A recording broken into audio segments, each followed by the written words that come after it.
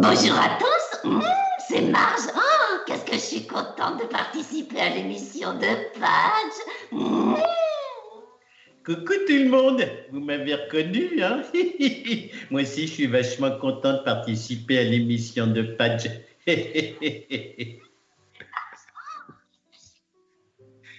Bonjour à tous. C'est pas quand même une entrée de folie, ça. Je veux des cœurs, je veux plein de trucs. Je veux plein de trucs quand même sur le chat déjà. Oui, ça y est, il commence à partir en live. Bonjour, des cœurs partout. Mathieu est là. Il y a déjà plein de monde. Alors, les enfants, quel ne fut pas mon grand plaisir il y a quelques jours de savoir que mes amis allaient venir passer un grand. Oh là là, il y a plein de monde qui donne. Vous le voyez pas. Alors, je vous explique le chat. Nos Simpsons. Voilà, il y a petit cœur partout, il y a plein de choses. Et donc, voilà, nous avons nos invités extraordinaires aujourd'hui. Ce sont d'abord, il y a Damien Minet qui est là aussi.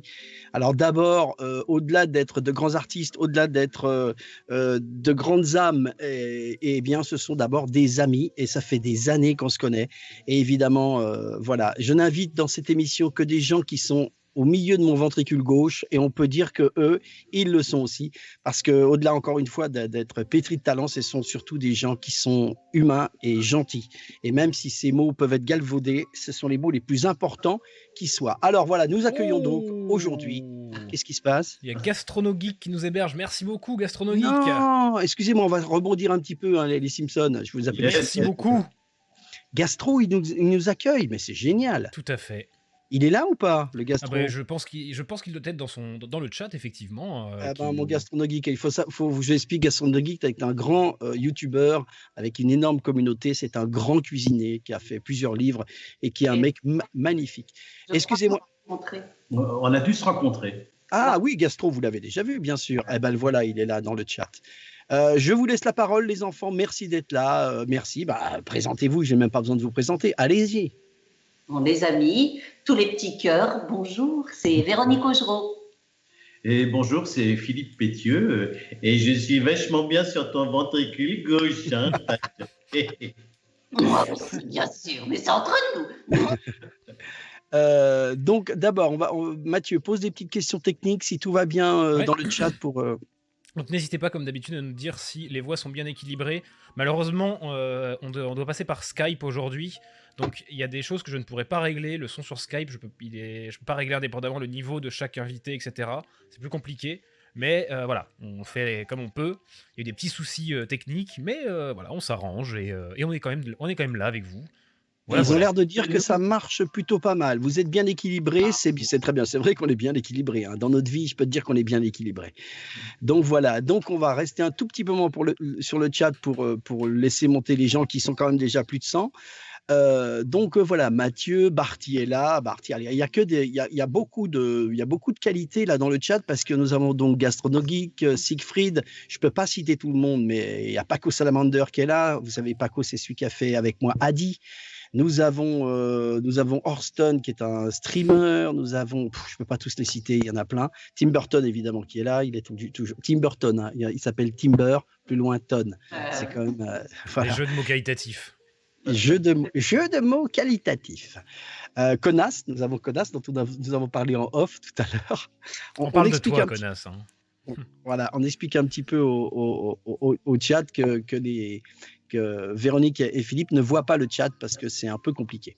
On nous dit bravo pour ce direct. Bah oui, ce direct, en fait, on est là pour parler ensemble. Pour l'instant, c'est que moi qui parle, mais voilà, c'est mon style. Voilà, je remercie encore une fois Véronique et Philippe de nous accueillir. Pour ceux qui ne le savent pas, non pas que vous savez tous que ce sont les Simpsons, mais pour ceux qui ne le savent pas, je lâche un scoop quand même. Vous êtes confinés, mais vous êtes confinés ensemble.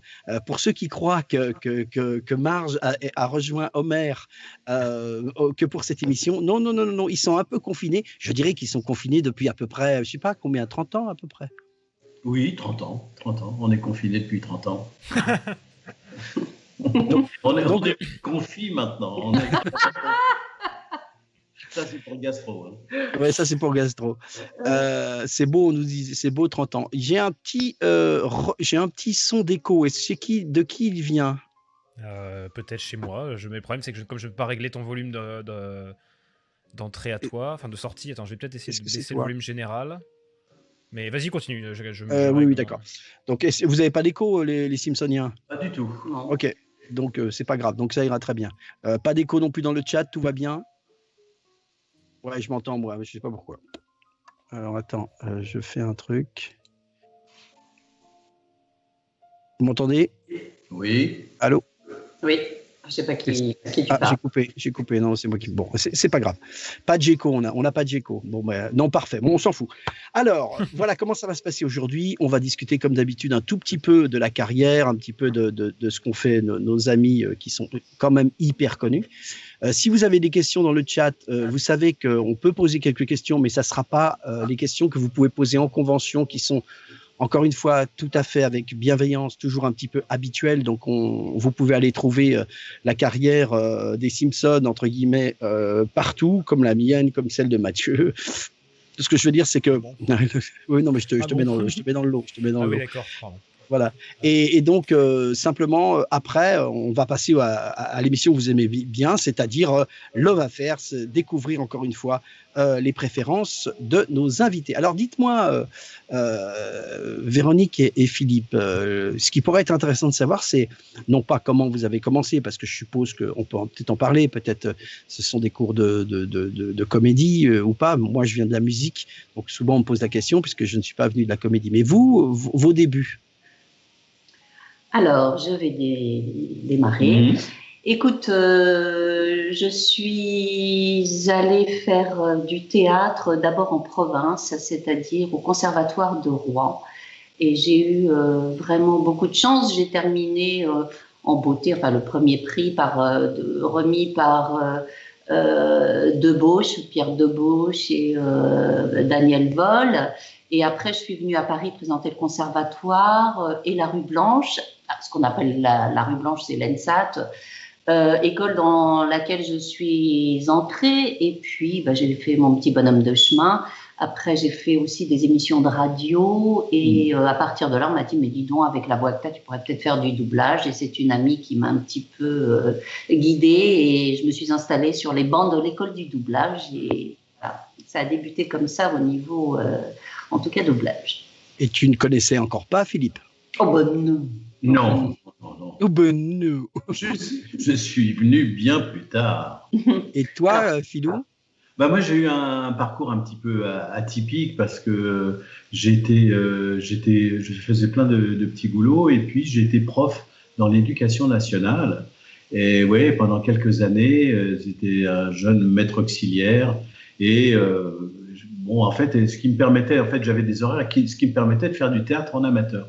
Et donc, on avait monté une petite troupe. Et puis, au bout d'un moment, le problème s'est posé, c'est-à-dire, est-ce que je suis à moitié prof, est-ce que je suis à moitié comédien? Il fallait faire un choix. Et je suis devenu comédien. Je suis devenu comédien avec un parcours un peu atypique, puisque c'était les années 70, donc j'ai fait du théâtre de rue, j'ai craché le feu, j'ai fait du jonglage, j'ai fait des choses comme ça, j'ai joué du sous-bassophone dans une fanfare, j'ai fait la manche dans la rue, et puis après j'ai fait une formation un peu plus sérieuse, j'ai repris des études à l'université, à Paris 8, et j'étais au département théâtre, et puis j'étais aussi au cours de Jacques Lecoq, à l'époque l'école Jacques Lecoq, voilà, donc tout ça je me suis un peu perfectionné, et je suis devenu comédien à part entière.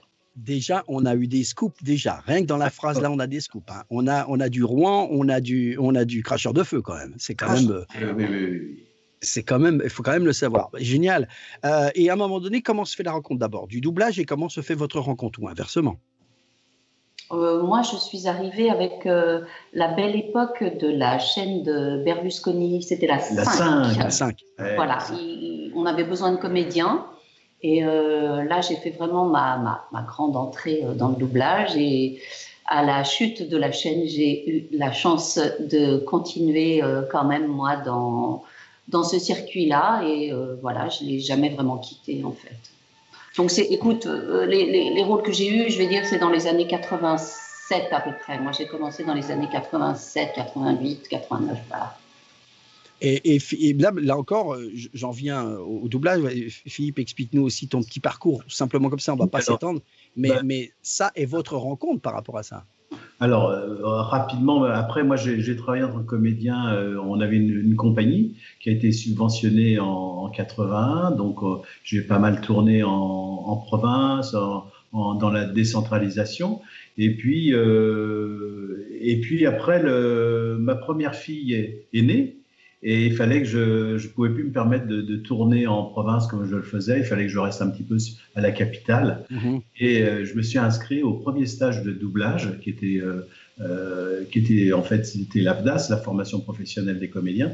Donc je me suis inscrit à ce premier stage de doublage et disons après ça a plutôt pas mal marché pour moi et le doublage m'a un petit peu accaparé quoi par rapport au théâtre. Le doublage m'a accaparé et on s'est rencontrés effectivement à l'époque de la 5, c'est-à-dire les années 80, 86, 87. Ouais, j'étais là aussi. Voilà, et donc et le doublage nous a fortement rapprochés. En fait, on se côtoyait sur les plateaux, quoi. On se croisait, mais on n'était pas plus amis que ça, quoi. On s'est vraiment rencontrés sur le casting des Simpsons. Mais comme on travaille dans le noir.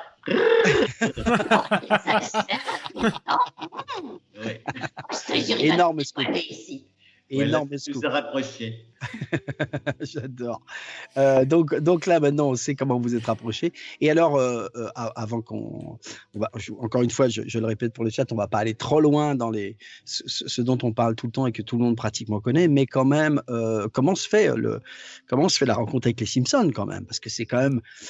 On a tous des rôles un petit peu émergents, mais là, pour le coup, c'est énorme. En fait, ça devient énorme, quoi. Oui, alors au départ, c'était pas du tout énorme puisqu'on a fait un casting en 89 et la série a démarré en 90 sur Canal, mais on savait pas du tout quel était l'avenir de cette série et surtout qu'elle allait durer 30 ans. Donc on a eu la chance d'être choisi sur le casting, mais on savait pas du tout où on allait avec cette série. On pensait vraiment pas. On pensait qu'on allait faire ça 1 an, 2 ans.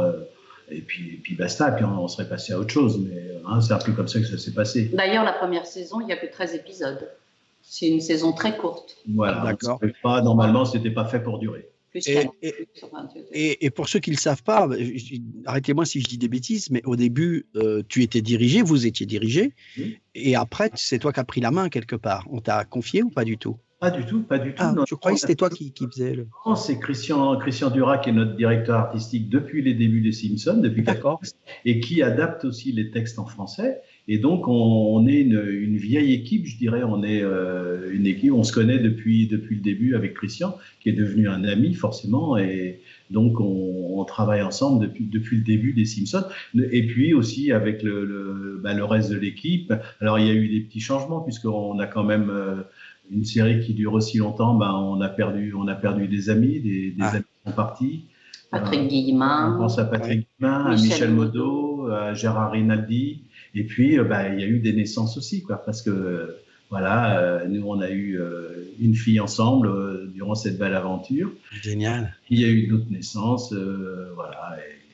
Donc voilà, c'est l'histoire des séries longues, voilà. Ouais. Mais c'est vrai qu'on retrouve ça, bon, là on parle de séries, après nous on sait qu'on est un petit peu tous dans le jeu vidéo aussi et que maintenant le phénomène des conventions, le phénomène des grands rassemblements maintenant, c'est quand même, il y a beaucoup d'amour, de tendresse dans la rencontre avec les gens parce que tout le monde, en fait c'est une part d'enfance pour la plupart des gens qu'on touche et le partage qu'il y a, et moi je vous connais vraiment bien et l'humanité que vous avez, elle ressort quand même beaucoup dans ces rencontres-là qui sont importantes pour nous. Et c'est vrai que c'est dans ces moments-là qu'on s'aperçoit que au début, c'était un travail. Oui, bien sûr, c'est un travail, mais quelque part, ça accompagne, c'est une sorte d'onde, une vague de bonheur qui accompagne des gens depuis 30 ans, quoi, pratiquement, quoi.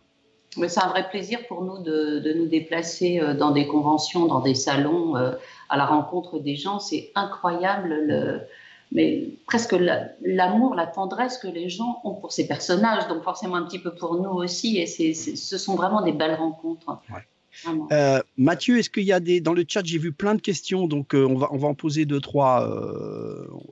Regarde pendant ce temps-là, on parlera un petit peu avant de commencer notre émission, parce qu'on s'est aperçu dans l'émission comme les gens en parlaient beaucoup et que c'était super intéressant. En tout cas, dans Love Affair, on va s'y mettre bientôt.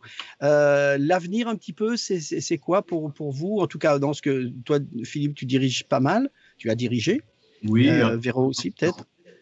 Oh oui, un peu, mais voilà. Moi, j'ai dernièrement eu une nouvelle casquette, c'est diriger des postes synchro, c'est-à-dire que ce sont des films français avec des comédiens français à qui on exige de revenir sur un plateau parce que, tu sais, pendant le tournage, il y a un mauvais son ou alors il y a des bruits un peu parasites, voilà, donc ils sont obligés de refaire des scènes. Donc je dirige ce genre de séance. Donc j'ai eu la chance de rencontrer Danny Boone, Philippe Catherine dans Le Lion, où ce sont des gens pour moi remarquables et comment dirais-je, d'un professionnalisme et d'une humilité, mais ils sont pros, quoi. Ils ont envie de bosser, ils vont jusqu'au bout, quoi. C'est vraiment des gens, et on croit, voilà, ils rigolent beaucoup et tout, mais non, c'est vraiment des gens vraiment agréables à travailler, surtout que bon, on joue toujours avec l'ego de chacun, hein, oui,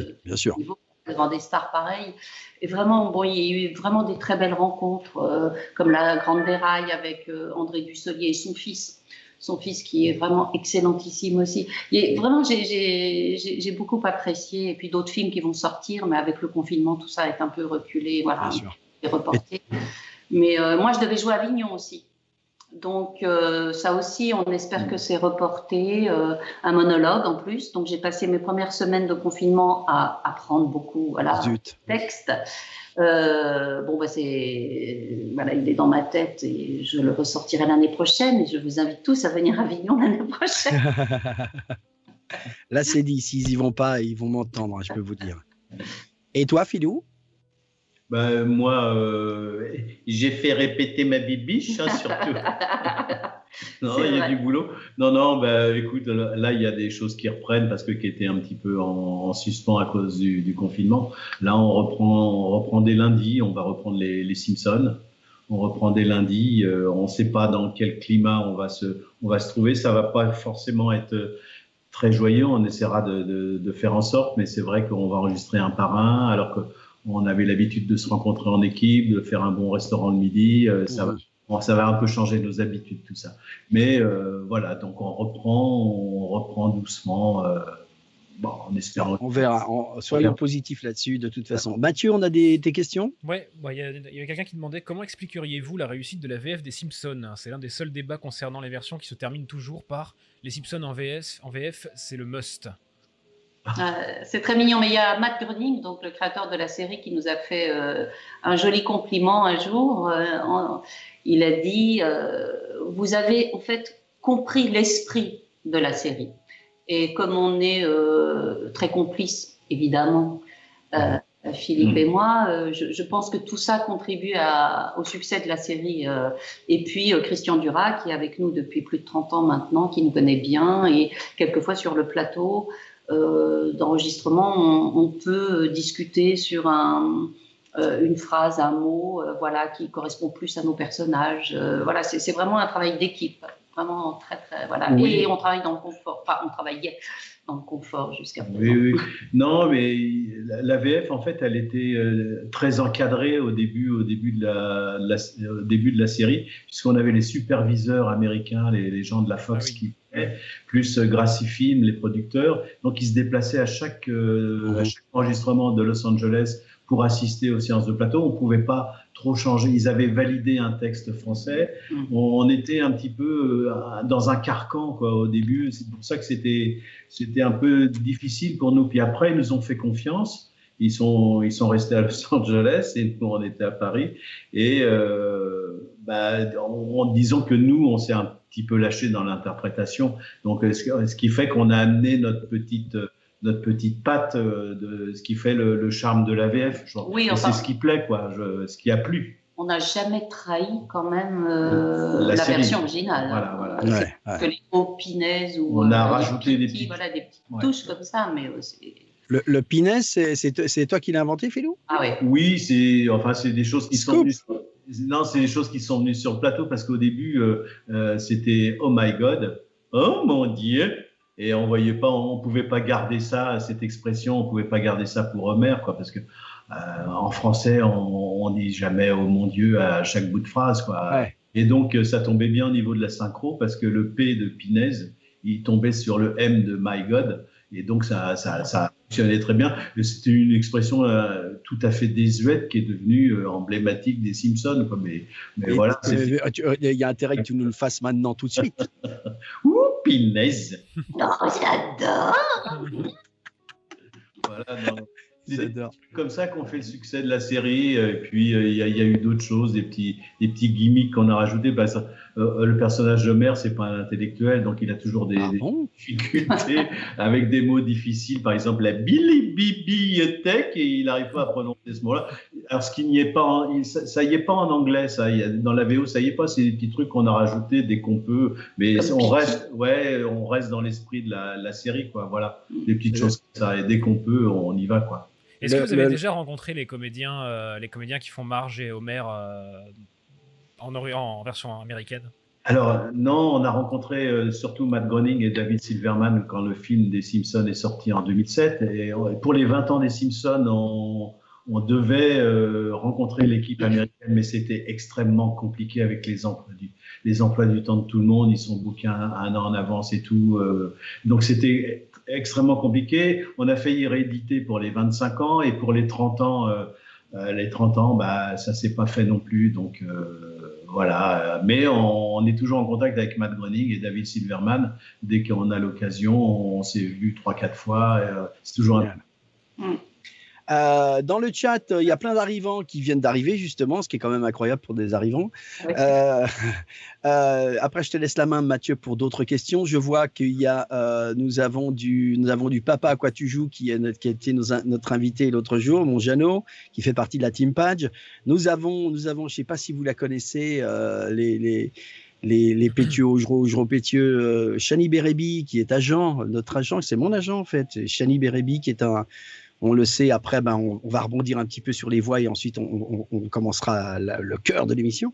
Voilà, Chani, c'est vraiment, on va en parler tout de suite. Voilà, Chani Bérébi qui est dans le chat, qui est en tout cas mon agent. Je ne sais pas si c'est le vôtre, mais en tout cas, pourquoi un agent? C'est vraiment un agent qui défend nos valeurs en tant que comédien et qui évidemment est en rapport avec les maisons de production, les clients et la post-production.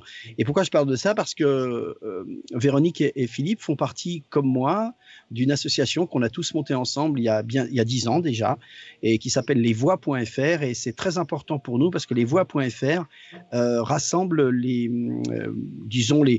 alors je vais me la jouer un petit peu, mais un peu une golden list même si on n'ose pas dire ce mot-là, de gens qui font beaucoup de pubs et qui font un peu de doublage. Mais en tout cas, au départ, c'était pour défendre les gens dans le créneau de la publicité par rapport au contrat et par rapport aux dérives qu'il pouvait y avoir par rapport à Internet. On ne va pas rentrer dans ce débat-là. Mais en tout cas, je parle de ça parce que Véronique et Philippe font partie vraiment du cœur du projet au tout départ. Et en fait, on défend vraiment une éthique de travail. Qu'est-ce que c'est une éthique de travail? C'est vraiment de ne pas squeezer au temps de l'Internet, ne pas squeezer la chaîne du travail. C'est-à-dire qu'une chaîne du travail, c'est un client a besoin de votre voix. Ensuite, ils font appel à une agence qui fait appel à des créatifs, qui fait appel à une maison de production, qui fait appel à une maison de post-production, donc à des ingénieurs du son ensuite et à des comédiens à la fin et voilà. Donc nous on rassemble tout ça et on essaye de pas casser cette chaîne là. Et évidemment Internet a fait qu'il y a beaucoup de gens qui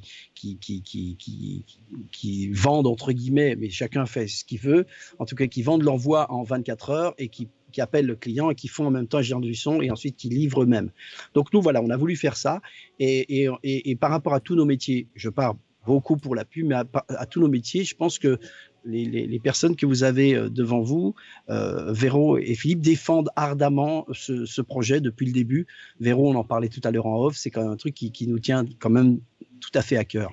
Oui, et puis je rajouterais que pendant ce confinement, l'association Les Voix a toujours été vigilante avec même les adhérents et vigilant avec tous les autres comédiens pour justement ne jamais dévier de notre ligne de conduite parce qu'on a tous été sollicités, je pense, pour savoir si on pouvait enregistrer comme ça rapidement pendant ce confinement, etc. Et l'association a toujours été là, en tout cas, pour voilà, suivre cette ligne de conduite et cette éthique. Moi, je la défends, mais alors à 110% et jusqu'à ma mort. Enfin, voilà, j'ai vraiment... c'est pour ça, en fait, que je me suis associée voilà, à toute cette équipe avec toi, parce que voilà, c'était important pour moi, pour ma vie, me regarder tous les matins voilà, dans la glace, oui. Et fière. Voilà. Parce que pour ceux qui ne le savent pas, et après je te passe la parole, Philou, c'est qu'il y a vraiment... alors évidemment, il y a beaucoup de gens qui sont connus pour le doublage. Après, il y a des voix que vous ne connaissez pas, qui sont des voix que vous entendez tout le temps dans la pub. Mais au niveau du doublage, évidemment, on a Richard Darbois, on a Emmanuel Curtil, on a que du lourd. On a évidemment les Simpsons sont avec nous. Il y a Benoît Alman. Et c'est des gens qui leurs caractéristiques... Comment ? Patrick Poivet. Patrick a basculé un petit peu en président d'honneur et ensuite, comme il est un peu, il veut rester un petit peu chez lui, il s'est mis un petit peu en retrait. Mais en tout cas, il y a vraiment des gens surtout qui défendent avec, et non pas avec syndicalisme, je dirais, mais avec éthique totalement. Voilà. Et quand on a Homer et Marge qui vous défendent, déjà... Vous avez déjà à moitié gagné. On nous dit sur le chat, je vous aime. C'est quand même plutôt pas mal. Il y a Waylander qui nous dit, vous faites du jeu vidéo un petit peu, c'est Timothée d'Iphigénie. Salut Padge. Ah oui, Timothée, c'est notre un des ingé sons de Iphigénie. Bienvenue. On y va souvent. Hein. Bienvenue. Oui, je disais, oui, tu voulais rien rajouter, Philou, là-dessus, sur l'association et tout ça? Non, je pense qu'il faut avoir une éthique professionnelle. Je crois que c'est surtout ça qui a guidé, qui a rassemblé en fait toutes ces belles énergies, toutes ces voix. Et je pense que ça, il faut vraiment qu'on tombe pas, parce qu'en plus là, nous, on a vu passer des choses durant le confinement. Il était presque question qu'on fasse du télétravail, quoi. C'est impossible. Nous, on peut pas travailler comme ça. On a besoin de travailler dans un studio avec un directeur artistique, avec un ingénieur du son, et on voit pas comment on peut bricoler ça chez soi, Bien sûr. avec même avec la meilleure technique. Enfin, moi, je suis pas un geek, hein, mais Était la bibi,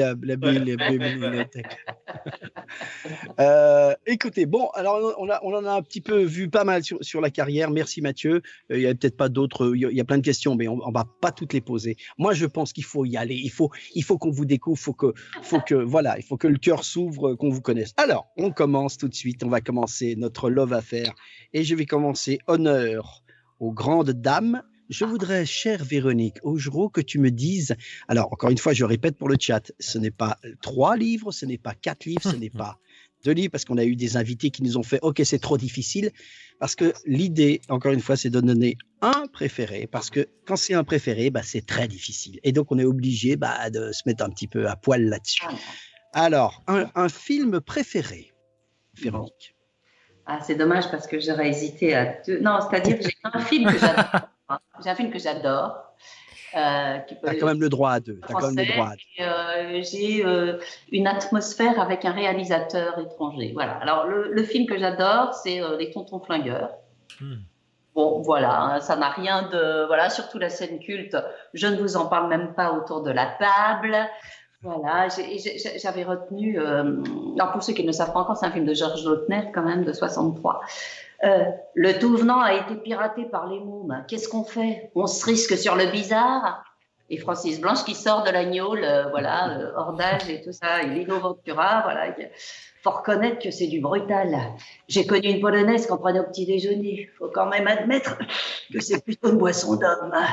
Voilà, non, mais c'est vrai que c'est drôle, quoi. Mais c'est exceptionnel. Ce film, tu te souviens, on l'avait montré à Lou, à notre fille. Oui, mais elle avait quoi, 9 ans, ouais. Voilà, et elle ne comprenait rien. Parce qu'elle nous voyait rire, elle nous entendait rire. Et on peut comprendre pourquoi, en fait. Ouais. Chaque phrase, en fait. C'était un langage ésotérique, quoi, vraiment. Mais faut avouer que comment le dialoguiste Audiard, en fait, quand tu dis c'est marrant, c'est un peu ésotérique, mais quand tu réécoutes ça, tu t'aperçois que c'est hyper mature, quoi. Enfin, je veux dire, tu peux pas, c'est du 4, 5, 10e degré quand même, tu vois, c'est du brutal. Tu dis ça à quelqu'un, Ouais. Voilà.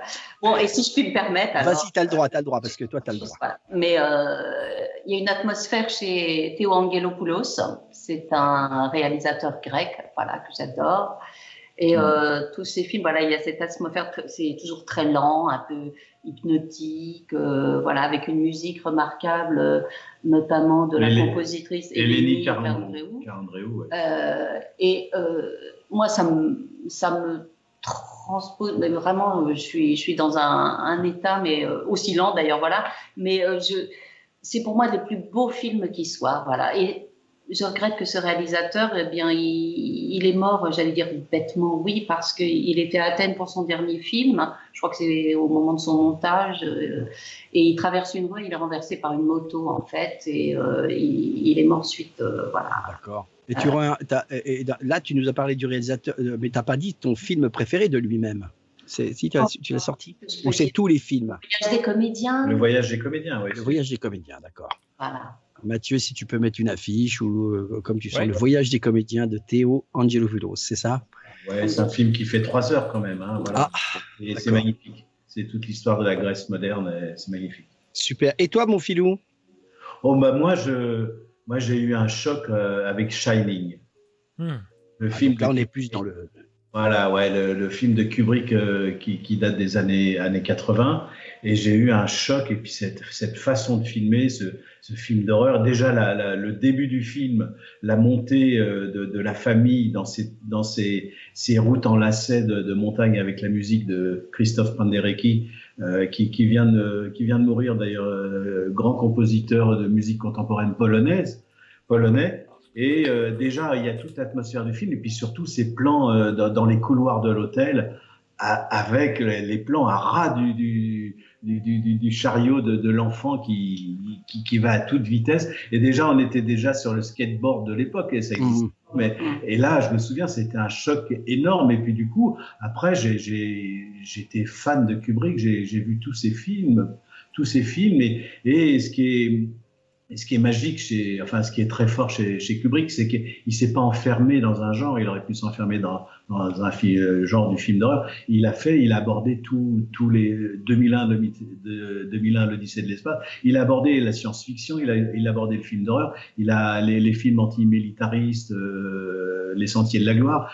Voilà. Donc il a touché un petit peu à tout. Il a fait très peu de films, mais il les a magnifiquement fait. Barry Lyndon. On a pris le temps. Barry Lyndon, bien sûr. Ouais. Barry Lyndon, tout ça, voilà. Oui, c'est un grand. Bon choix.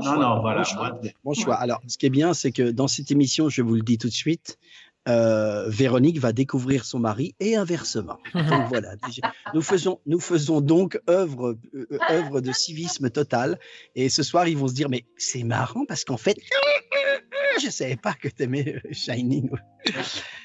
Super, alors ça c'est vachement bien. Entre-temps, donc vous le voyez pas, mais Mathieu gentiment met les affiches de ce dont vous parlez, etc. Alors j'aimerais avoir, je vais rebondir, je vais pas toujours faire Véro, Philou. Je reviens vers toi, Philou, un disque ou à la limite un chanteur ou un style. Tu as le droit de faire ce que tu veux. Un chanteur, pour moi c'est les chanteurs de la grande époque. Pour moi, c'est Léo Ferré. Léo Ferré, il m'a fait découvrir, à travers les chansons, il m'a fait découvrir la poésie. J'ai découvert le surréalisme et voilà. Donc pour moi, ça a été un apprentissage intellectuel. J'ai découvert tout un tas de choses grâce à Ferré, parce que Ferré, il a chanté Aragon, il a chanté Baudelaire, il a mis en musique Rimbaud, Verlaine, et donc puis c'est une œuvre gigantesque. C'est un personnage assez. Je conseille aux jeunes, écoutez Léo Ferré, écoutez La Mémoire et la mer. C'est magnifique. Magnifique. Et puis donc je suis resté un petit peu scotché à cette époque-là.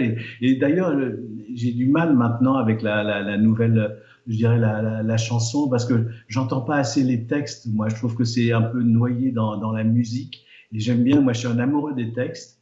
et j'aime bien entendre les textes. Alors quand la musique après est au service des textes, et je trouve que maintenant souvent dans le mixage et tout ça, il y a des fins de phrases qui m'échappent. On sent le comédien, aussi.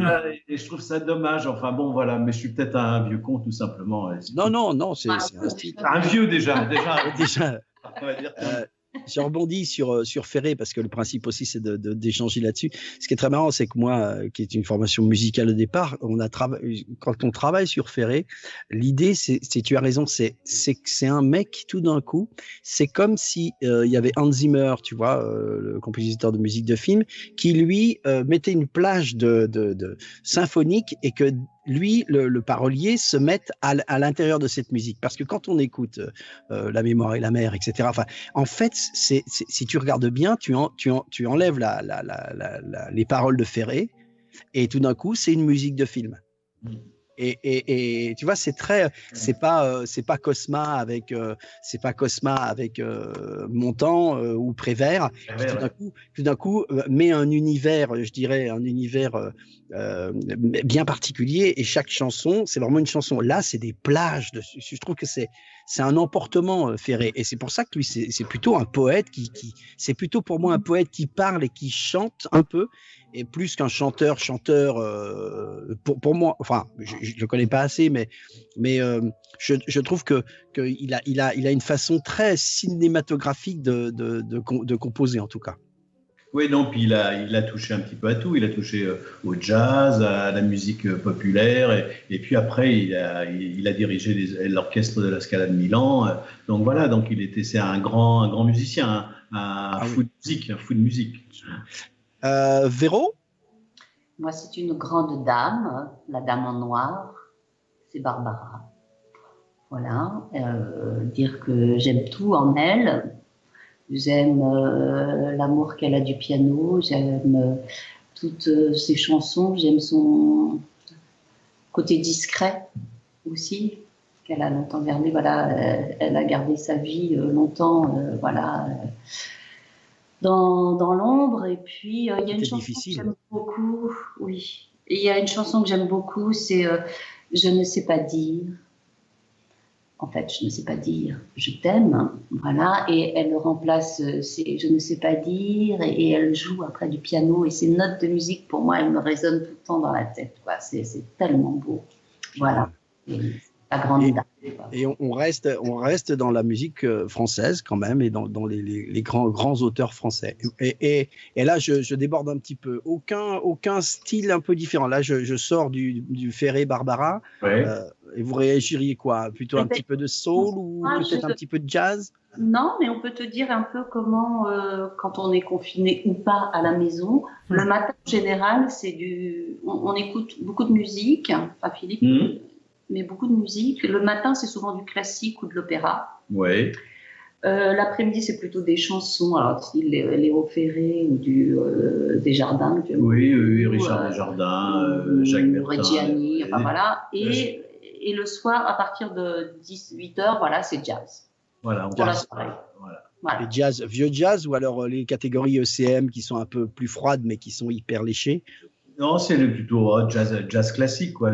Ça va bien quand, je veux dire, Stan Getz, le Duke, tout ça. Voilà, qui sont devenus des classiques. Et puis à la fois, on découvre aussi des choses nouvelles. Vraiment, on est. Moi, je suis curieux d'entendre des choses nouvelles aussi en jazz. Donc, et puis avec notre fille, elle nous fait écouter des choses aussi. Et donc, on échange. Surprenant. Elle a quel âge, Lou? 26. 26, ah oui. Donc là, elle est un peu dans la soul et dans la new soul, ce genre de choses. Elle a été longtemps en électro. Oui, électro. Ah, d'accord. Très longtemps. Ouais. Donc là, c'est à ce moment-là que vous l'avez virée de la maison. J'ai bien compris l'histoire. On lui fait écouter des chansons à texte aussi. Ouais. Voilà. Et c'est une grande fan de Anne Sylvestre. Ah oui, donc vous l'avez vraiment éduquée sur la chanson. Des comptines de... Grande dame de la chanson. Oui. Dans le chat, on nous demande, c'est ça, Mathieu, si vous poussez la chansonnette, mais pas maintenant, non, pas maintenant. Alors maintenant, Véro, un livre préféré? Alors, mes préférés sont toujours les derniers, c'est-à-dire là, celui que je lis en ce moment, c'est Le Premier Homme d'Albert Camus. Voilà. Ah oui.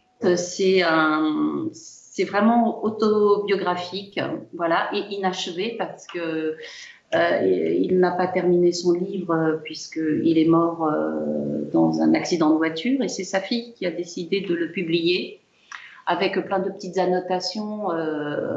Mais c'est le plus profond de ses bouquins, je pense. Voilà, Le Premier Homme, voilà, d'Albert Camus.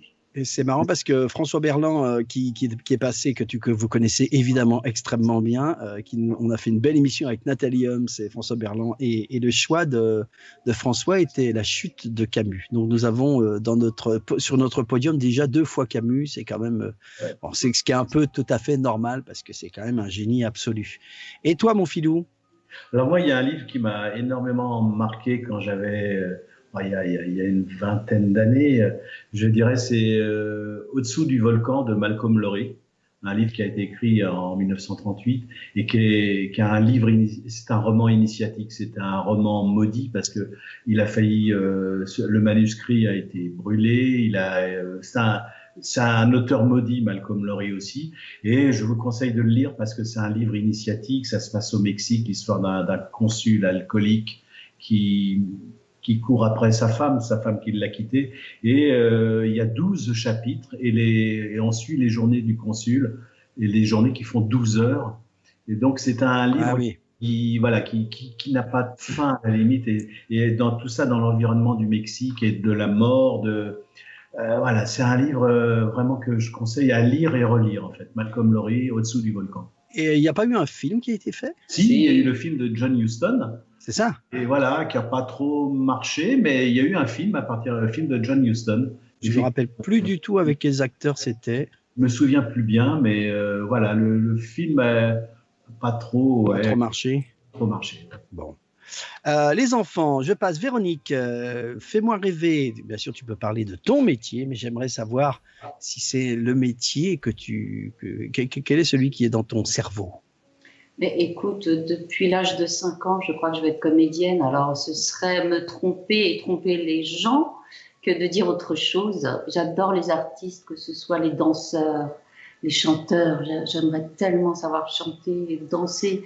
Pour moi, voilà, c'est ou peindre. Enfin, voilà, soit du street art ou de la peinture de tableau. Enfin, non, artiste, j'adore.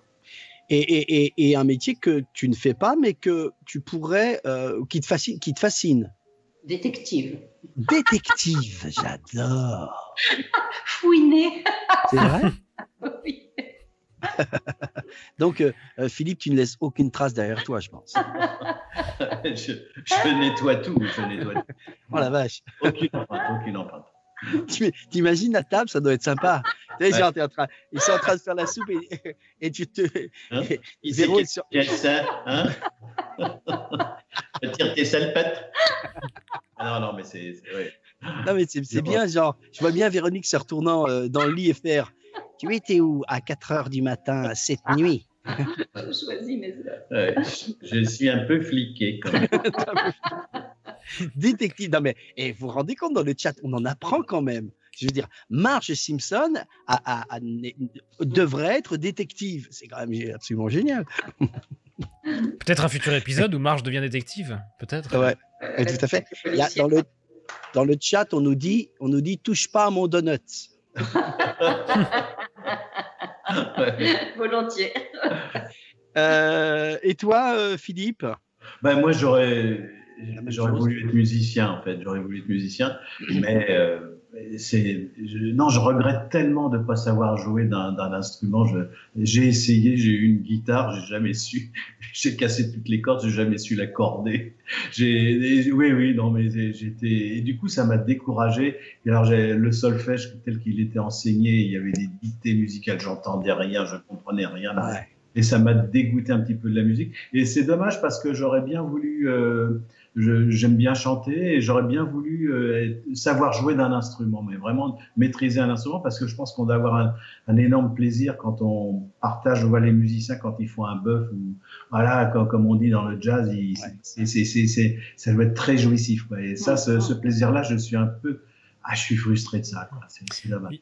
Il y a une question sur le chat qui est intéressante de Buffalo, qui dit une question envers nos chers invités. Quand vous êtes pratiquant d'une voix pendant un si longtemps, comment se passe le processus de création d'une nouvelle voix si l'occasion se présente? Est-ce que c'est difficile? Non, c'est pas difficile parce que non. Par exemple, la voix d'Homer Simpson, elle est tellement caractérisée que, alors, je dirais un petit peu de temps en temps, on me reconnaît sur des intonations, sur des rires, etc. Mais après, composer une autre voix, non. On est au service, on est comédien, on est au service d'un acteur qu'on double. Moi, je double Danny DeVito, j'ai doublé Joe Pesci. Ah, ouais. Richman. Après, c'est des voyages différents, je dirais, c'est des voyages différents. Donc, non, c'est toujours, quand on rencontre un autre comédien, c'est un autre univers qui s'ouvre. Donc, non, il n'y a pas, c'est notre métier, quoi, voilà. Je rebondis sur tout à l'heure que tu disais, tu regrettes de ne pas avoir été musicien. Moi qui le suis, puisque ça, c'est ma formation au départ. Moi, je pense que tu es un excellent musicien. Que techniquement tu ne te sois pas mis au service, mais vu ce que tu fais, vu ce que vous faites, à ce niveau-là, c'est ce que j'explique tout le temps dans les conférences, c'est que de toute façon, c'est vraiment l'abscisse et l'ordonnée, la rythmique et la mélodie. Et ton choix, quand tu vas faire des punaises ou autre chose dans tout ce que tu fais, Véronique, exactement pareil, c'est que ce choix-là, c'est un choix de musicien et de rythmicien. Après que tu l'aies pas mis au service avec le corps d'un bras qui fonctionne, etc. Mais je pense que la plupart du temps, les gens, quand on demande sur un plateau quelqu'un et changer son attention, c'est changer sa mélodie intérieure. Donc tu l'es totalement. Après, je rebondis sur un autre truc et je dis pour les parents qui sont dans le chat, surtout pour les enfants, si vous voulez qu'ils soient musiciens, surtout ne leur faites pas faire du solfège. Merci. Surtout ne le faites jamais. Parce que de toute façon, vous allez les dégoûter. Il y a 2 choses qu'il ne faut pas faire. 3 choses. Quand ils sont petits, mettre un truc qui tourne au-dessus d'eux ou avoir un xylophone, parce que là, dans leur tête, un do, ça sera jamais un do qui est juste, puisque ces instruments sont faux. Deuxièmement, ne jamais les mettre au violon quand ils sont petits, parce que de toute façon, quand vous faites du violon, vous êtes là, c'est que sur une oreille, et puis de toute façon, un violon, même les grands artistes sont obligés de les réaccorder tous les quarts d'heure. Et ensuite, soit vous devenez un mec dans un orchestre, donc vous êtes au service d'un chef, soit vous êtes un génie absolu, mais vous êtes un autiste de ça. Donc, et voilà. Et la troisième chose que je ne sais plus ce que je voulais dire, je ne sais pas. Mais pour n'écoutez revenir, pas Page, c'est ça? Si, n'écoutez pas Page. N'écoutez pas Papa Page. Et pour terminer, c'est vrai que le grand pied, c'est ce que je dis tout le temps, il y a 3 choses qu'il faut avoir vécues dans sa vie. Je le disais l'autre jour dans une émission, je dis qu'il faut évidemment connaître l'amour et faire l'amour parce que c'est quand même extraordinaire. Il faut quand même avoir marqué un but quand tu es un footballeur, même si on n'aime pas le football, quand tu es dans une équipe et que tu marques un but et que tu deviens dingue, ça, et surtout se retrouver sur scène en tant que musicien et jouer avec les autres, parce que la caractéristique de la musique, c'est qu'on joue tous ensemble. Les comédiens, on joue ensemble, mais on est obligé de se laisser la parole, alors que les musiciens, on les touche ensemble, et c'est un pied monstrueux. Voilà, c'est une petite digression, et en tout cas, c'est pour te dire que Philou, je pense que tu es en fait un grand musicien, c'est obligatoire. Donc voilà, tu es libéré, c'est bon. Et alors, on en vient. Véro, un mot préféré, le mot préféré, ou un mot que tu devrais partir avec, je te laisse qu'un mot. J'adore. Le mot j'adore? Voilà. C'est parfait.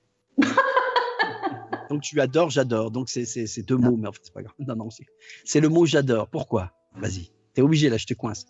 Non, bah déjà, il y adore, c'est une ouverture pour moi.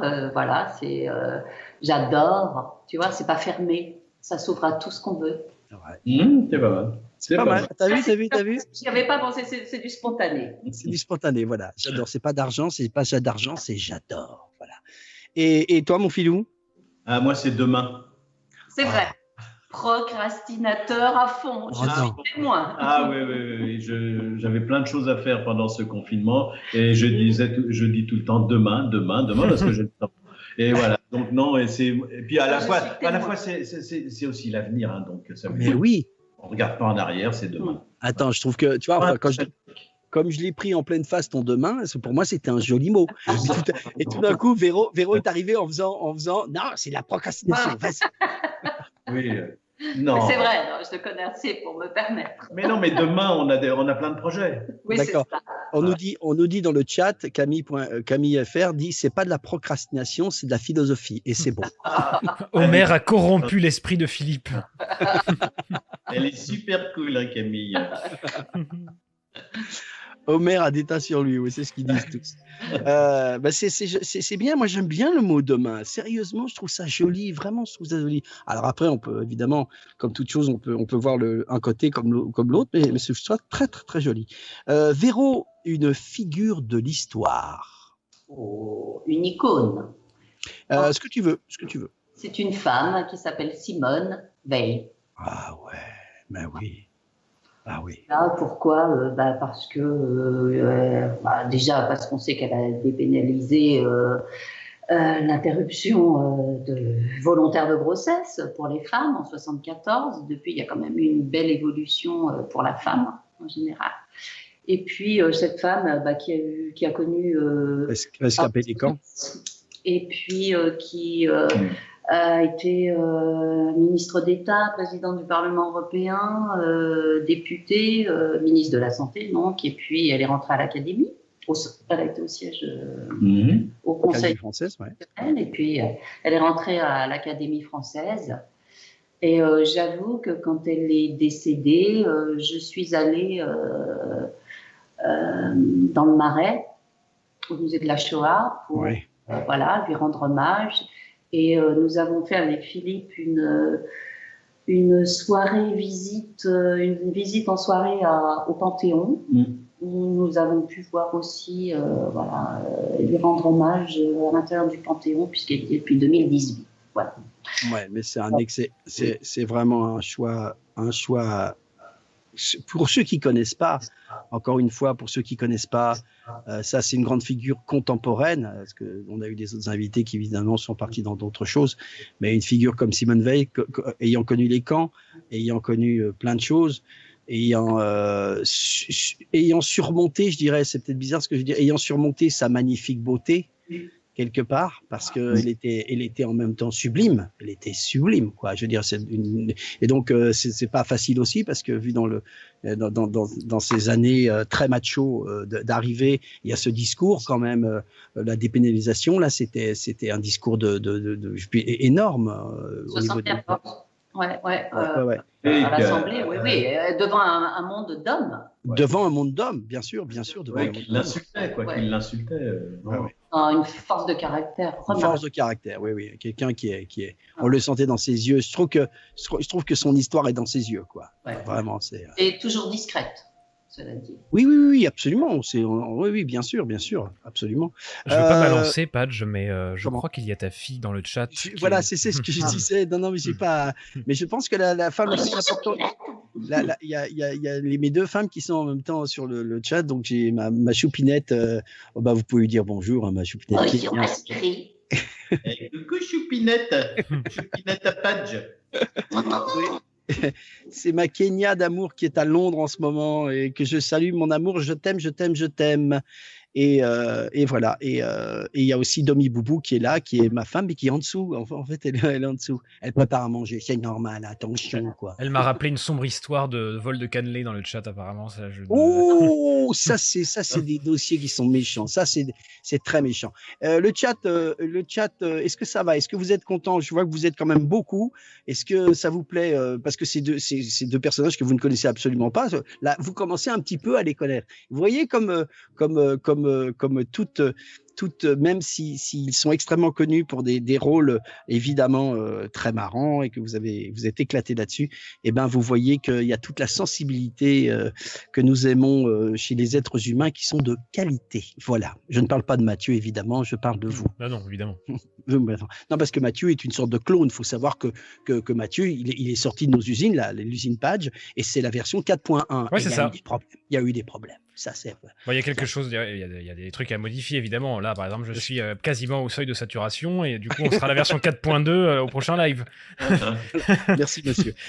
On revient à nos moutons et à notre histoire. Une figure de l'histoire pour toi, Philippe? Je dirais Gavroche. Ah ouais. Alors, je ne sais pas s'il a réellement existé. En tous les cas, c'est un personnage.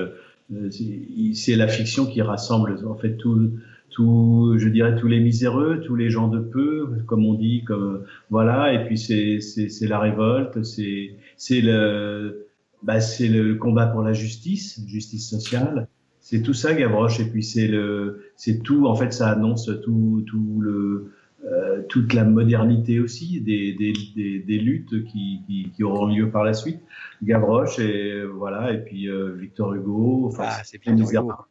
Voilà, c'est une image forte, quoi, qui m'a marqué, moi, beaucoup. C'est marrant parce que dans pratiquement tous les invités, il n'y a pratiquement pas une émission où à tous les niveaux, que ce soit livre, que ce soit où Victor Hugo est pas présent.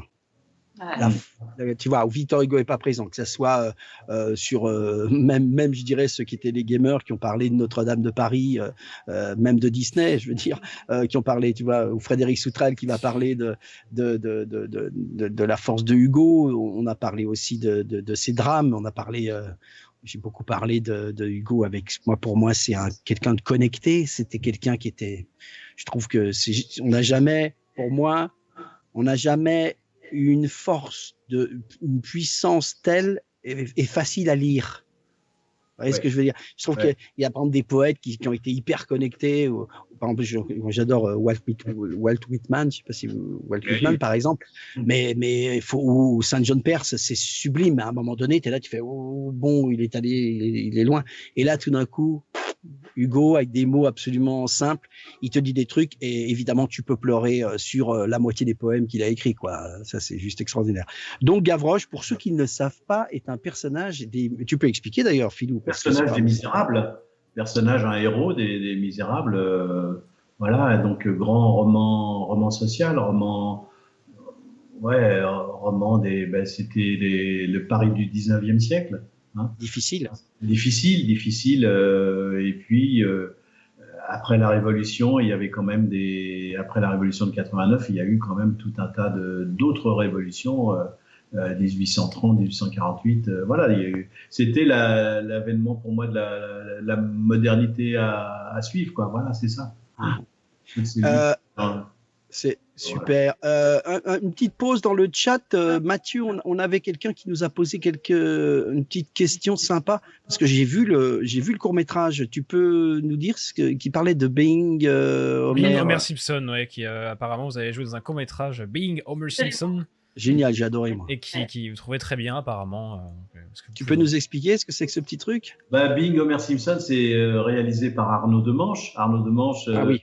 Voilà, donc qui était un fan des Simpsons, fan de notre travail, un amoureux des voix, des voix de doublage en fait, parce qu'il regarde tous les films en VF.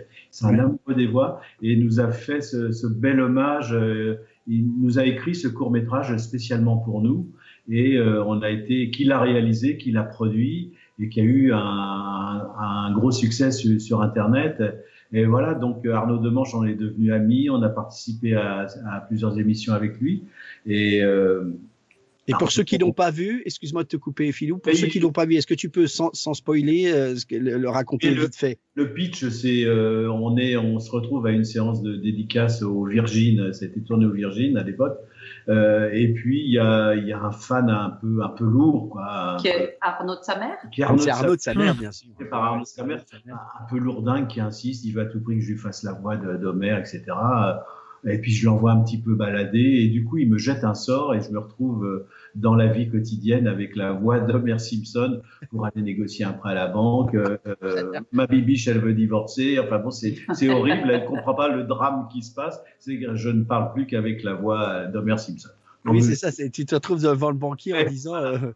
Voilà, donc ça c'est le pitch. Et puis sinon, vous pouvez le regarder. Vous tapez sur Internet Being Homer Simpson. Et comme disait Philippe, Arnaud est très amoureux des voix. Et il y a Patrick Poivet, Patrick Béthune, regretté. Il y a Christophe Lemoine. Il y a tout un tas de. Voilà, qui participent à ce court-métrage. Il y a Bérangère. Krief. Ah oui. Bérangère Krief aussi. Ouais. Il y a une belle équipe. Si Mathieu a le temps, il va peut-être vous donner le lien. Oui, c'est en cours là. Super, il est trop fort.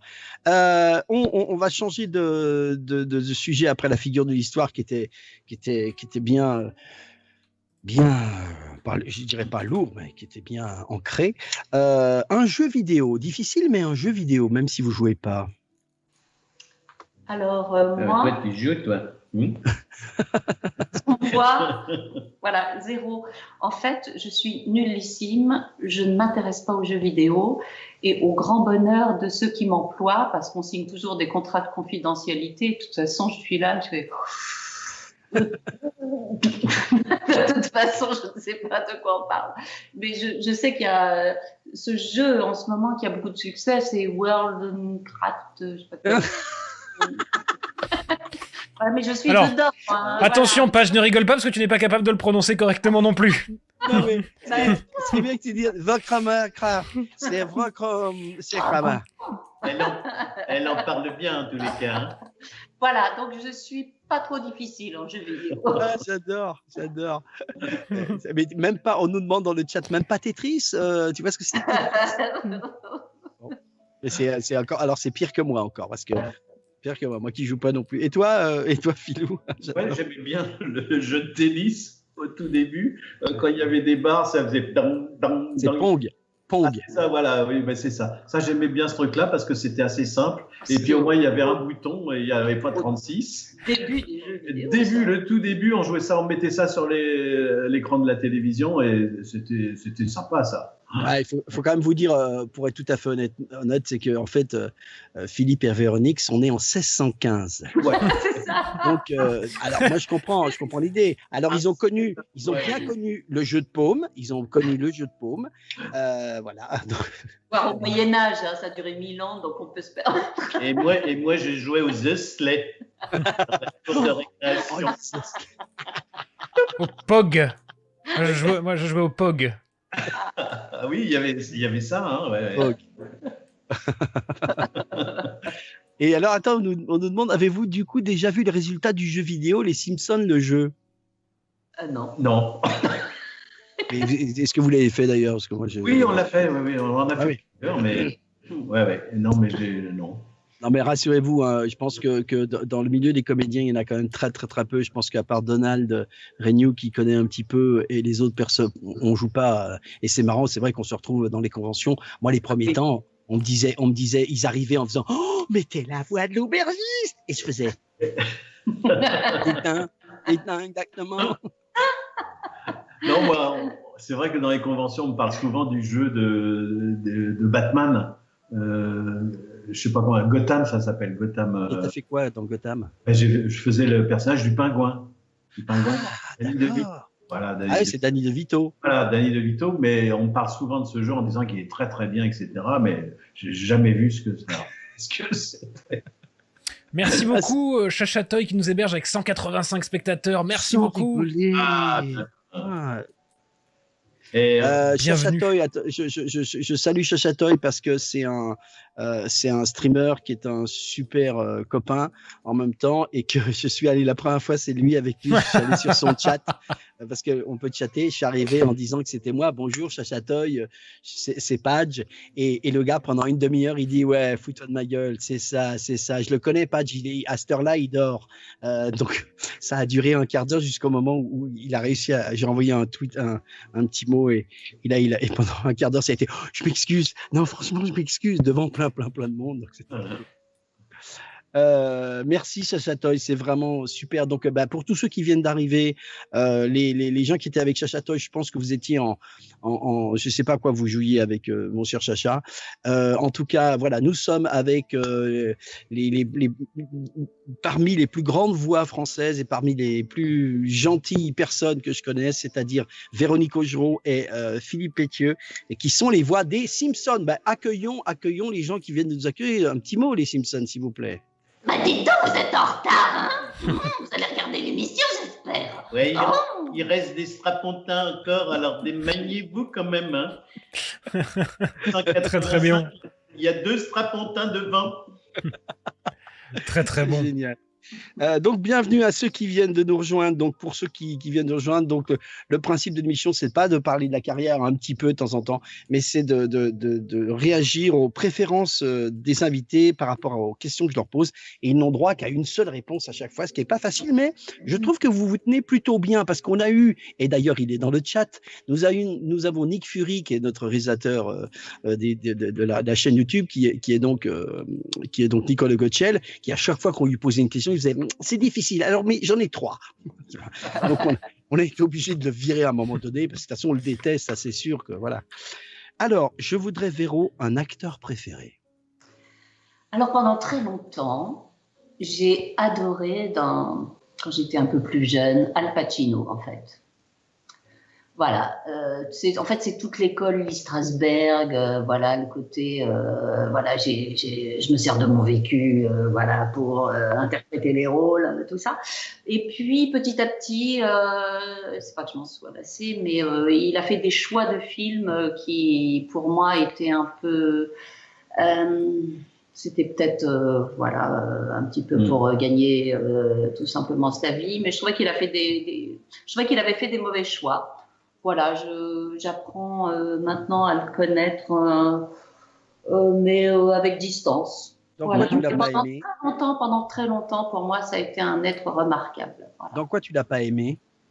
Alors que c'est une émission positive, mais ça m'intéresse de savoir dans quoi tu l'as pas aimé. Dans Ocean 12, par exemple, ou 14, je ne sais plus lequel, le 4e, le 3e. Oh, je crois que tu l'as peut-être pas vu.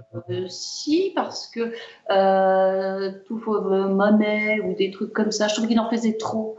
Pendant un certain temps, il a surjoué. Ouais, il a surjoué ses rôles. Et j'étais très déçue. Mais j'avoue que c'était pour moi une image marquante voilà, du cinéma. Un après-midi de chien, il est dedans, il me semble. Et ça, c'était merveilleux. Et le parrain, évidemment. Le parrain. Le parrain, il est terrible. Philou, un acteur préféré? Oh, j'aurais Mastroianni, Marcello Mastroianni. Ah ouais, la classe absolue. Les acteurs italiens reviennent souvent, hein. C'est bizarre. C'est bizarre. C'est les Lovers. Ouais, non, mais Mastroianni, puis c'est tout le cinéma italien, c'est l'Italie, c'est la grande époque du cinéma italien, et puis je trouve que c'est un acteur magnifique, quoi. Il était capable de tout jouer aussi, des rôles un peu glauques parfois. Dans le comique, il excellait aussi, et puis surtout la grande classe, quoi. Il était très beau, et puis magnifique, quoi. Magnifique. Et puis fragile aussi. C'était fragile. L'homme fragile, la fragilité chez l'homme, quoi. De ces Latin lovers, mais qui étaient un peu malgré eux, qui étaient des Latin lovers, mais. Et il disait un truc marrant parce qu'il parlait, parce que j'ai fait un documentaire sur lui. Il disait un truc marrant. Il disait, il sait pas qui se comparait. Il disait, vous voyez, un peu comme Ventura. Moi, c'est comme s'il disait, j'ai besoin que d'être là. Je fais rien en fait. Il comprenait. Il se posait quoi. Ventura, c'est ce qu'il disait. Il disait, bah, moi, je me pose et puis je dis un truc quoi. Mais tu vois, il n'y avait pas une réflexion comme tu dis. C'est pas la même école que c'est pas du tout la même école. Voilà, c'est pas du tout la même école que l'école américaine de Lee Strasberg, l'acteur studio. Je crois que c'était des gens très très simples dans leur mécanique d'acteur. Et puis ils étaient humbles, ils étaient simplement disponibles quoi. Voilà. Et je crois que ça c'est la grande classe. C'est vraiment la grande classe. Et puis il savait aussi, il n'était pas dupe de ce qu'il faisait quoi. C'était un acteur, c'était un comédien. Il dit, alors, pourquoi tu me fais ça? Mais non, c'est comme ça. Et il était, voilà, bah, je trouve qu'il était, et dans la terrasse, il est magnifique. Ah ouais, puis c'est avec Sophia Loren. Sophia Loren. Oh là là là là. C'est magique, quoi. Ouais. Bon, voilà. Et alors c'est marrant parce que Mathieu rebondissait, il disait c'est marrant parce qu'on a pas mal de réflexions sur le cinéma, les Italiens. On va y venir, préparez-vous parce que la prochaine c'est l'actrice, mais c'est vrai que Brigitte Lecordier qui était avec nous il y a quelques jours a cité Giulietta Massina quand même. Nicolas Guacciel qui était avec nous a cité Fellini. Donc on a quand même on n'est pas qu'au biberonnage de l'américanisation totale, bien que moi j'aime beaucoup de choses là-dedans. Mais c'est vrai que pour ceux qui, alors je reviens à ce que disait Fred Soutrel aussi là-dessus. S'il y a des comédiens dans le chat, s'il y a des gens qui veulent être réalisateurs, allez chercher dans la culture de ce que vous voulez faire comme métier. Et ça, c'est vraiment chercher ce qu'ils ont fait, même pour les voix. Allez écouter les doublages des films de John Ford dans les années 60. Et surtout, allez découvrir des réalisateurs. Allez découvrir Fellini, allez découvrir Theo Angelopoulos, allez découvrir tous ces gens-là qui ont une écriture qui est extraordinaire. Et vous allez apprendre pour ensuite partager avec votre style aux nouvelles générations. Mais en tout cas, il faut... Je te coupe. Pardon, c'est bien, vas-y. On a parlé de Shining tout à l'heure. Eh ben, qui c'est qui doublait Nicholson? C'était Jean-Louis Trintignant. C'était Jean-Louis Trintignant et Shelley Duvall, c'était Evelyn Bouil. Voilà, donc il y avait tous ces gens-là, mais la composition que faisait Trintignant à l'époque sur Nicholson, ce personnage allumé et tout, voilà, c'était un énorme travail, c'était magnifique. Voilà. Voilà. Encore une fois, se renseigner sur la culture de son métier qu'on a envie de faire ou pour lequel on est fasciné, c'est vraiment super important. Une actrice, Véronique. Écoute, je vais un peu jouer sur mon ego. Vas-y, c'est toi. Non, c'est Jamie Lee Curtis que j'ai l'honneur de pouvoir interpréter très très très souvent, voilà, en doublage. Et dès que je vois une scène avec elle, que je l'observe, je sais pas, il y a l'impression qu'il y a. Je veux pas m'envoyer des perles, c'est loin de. Voilà, si, t'as le droit, tu peux. Il y a osmose, j'ai l'impression de la comprendre. Et plus ça va, plus elle vieillit, plus elle choisit des rôles où je crois qu'elle a envie de jouir de la vie, elle s'amuse et on sent que ça l'amuse d'interpréter des rôles. C'est la joie de vivre, on la sent, on a l'impression qu'elle se titille elle-même pour trouver jusqu'où elle peut aller et dans son jeu. Et vraiment, j'adore. Je le dis dans le chat parce que tu lui ressembles beaucoup, il y a écrit. Toi aussi, tu as été détruire des cyborgs venus du futur. J'espère en tout cas. Pourquoi elle est dans Jamie Lee Curtis? C'est quoi les cyborgs du futur? C'est Terminator. Ah, tu fais Sarah Connor. C'est Sarah Connor, c'est Linda Hamilton. Oui, tu fais Linda Hamilton. Ouais. Ah, ça, c'est grand, ça. Et pour finir sur Jamie Lee Curtis, tu peux montrer une photo, Mathieu, si pendant ce temps-là, pour que les gens, parce qu'on sait qu'il y en a qui ont 22 ans, hein, donc ils connaissent pas. Tu as fait tous les Jamie Lee Curtis ou pas? Non, pas les. Alors, je n'étais pas née en doublage sur le premier Halloween, qui a 40 ans, je crois. Et du coup, le deuxième Halloween, ils ont repris la même comédienne, ce que je trouve normal. Et le dernier qui est sorti l'année dernière, où il y a un an et demi, ils ont pris encore la même comédienne, ce que je trouve normal. Non, moi, je l'ai doublé. Avec le Schwarzenegger quand il est. Dans True Lies, bien sûr. Ah, mais j'adore. Mais c'est un poisson nommé Vanda. Non, j'étais pas née. C'est très vieux, ça. Ah, c'est très vieux, ça. C'est très vieux, ça, un poisson nommé Vanda. Ah ouais. Ouais. Enfin, oui, ça c'est. Ah oui, c'est vieux, d'accord, ok. Fini, hein, donc Jamie Lee Curtis, si vous pouvez la voir, vous allez voir, Mathieu va vous la montrer. Magnifique femme, fille de Tony Curtis. Pour ceux qui se souviennent pas ou qui se souviennent, c'était Amicalement Vôtre.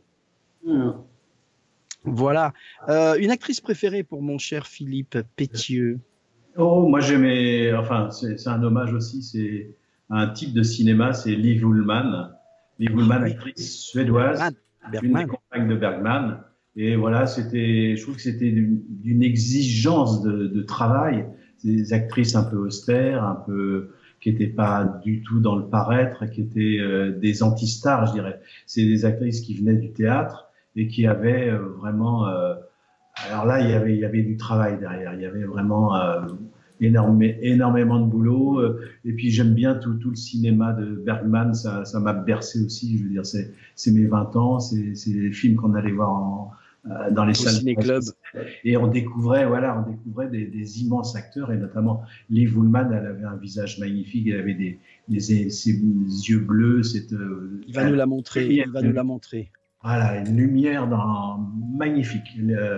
Voilà, puis c'était pas des stars. C'était pas des stars au sens, voilà. Et puis c'est vrai elles étaient aussi dans un type de cinéma, le cinéma un peu du froid, je veux dire, le Bergman, c'était quelque chose, quoi. C'était au théâtre même, c'est presque du théâtre. C'est presque du théâtre, ouais. C'est pas des blockbusters, c'est sûr, mais bon. Et il y a quand même un de ses acteurs préférés, je me rappelle plus de son nom, qui était dans le Minority Report et qui, c'est lui qui joue la mort dans Bergman. Comment il s'appelle le grand là, qui a une tête. Lui, il est dans des énormes blockbusters maintenant. J'ai plus le chat, aidez-nous. Qui joue il est aussi dans le Robin des Bois. Il est dans Minority Report. C'est le méchant dans Minority Report. The Rock. Dans The Rock. Je sais pas, j'ai vu The Rock. Non, ça n'a pas de rapport. The Rock, c'est Dwayne Russell Johnson. Crowe, non. Kurt Non, Russell. Non, c'est un vieux, très vieux. C'est pas grave. Alors, une série préférée, tiens, justement, est-ce qu'on va retourner en enfance ou on va rester là? Véro, une série préférée? Écoute, je vais retourner en enfance. Écoute, j'avais pas réfléchi du tout, mais j'adorais ma sorcière bien aimée à l'époque. C'était trop mignon avec son petit nez. C'est comme ça. Je le fais bien aussi. On peut même plus se dire bonjour avec le petit nez maintenant. Oui, c'est vrai qu'on peut plus le faire. Alors, ma sorcière bien aimée, qui était vraiment un truc, oui, ça c'est notre enfance aussi. Ouais. Et toi, Philou? Moi, je dirais c'est 24 heures chrono. Voilà, c'est du lourd. Deux fois qu'on l'a aussi, ça. Ouais, parce que d'abord, j'ai eu la chance de diriger cette série. Et puis surtout, quand 24 heures est arrivé, la première saison, on était addict au possible.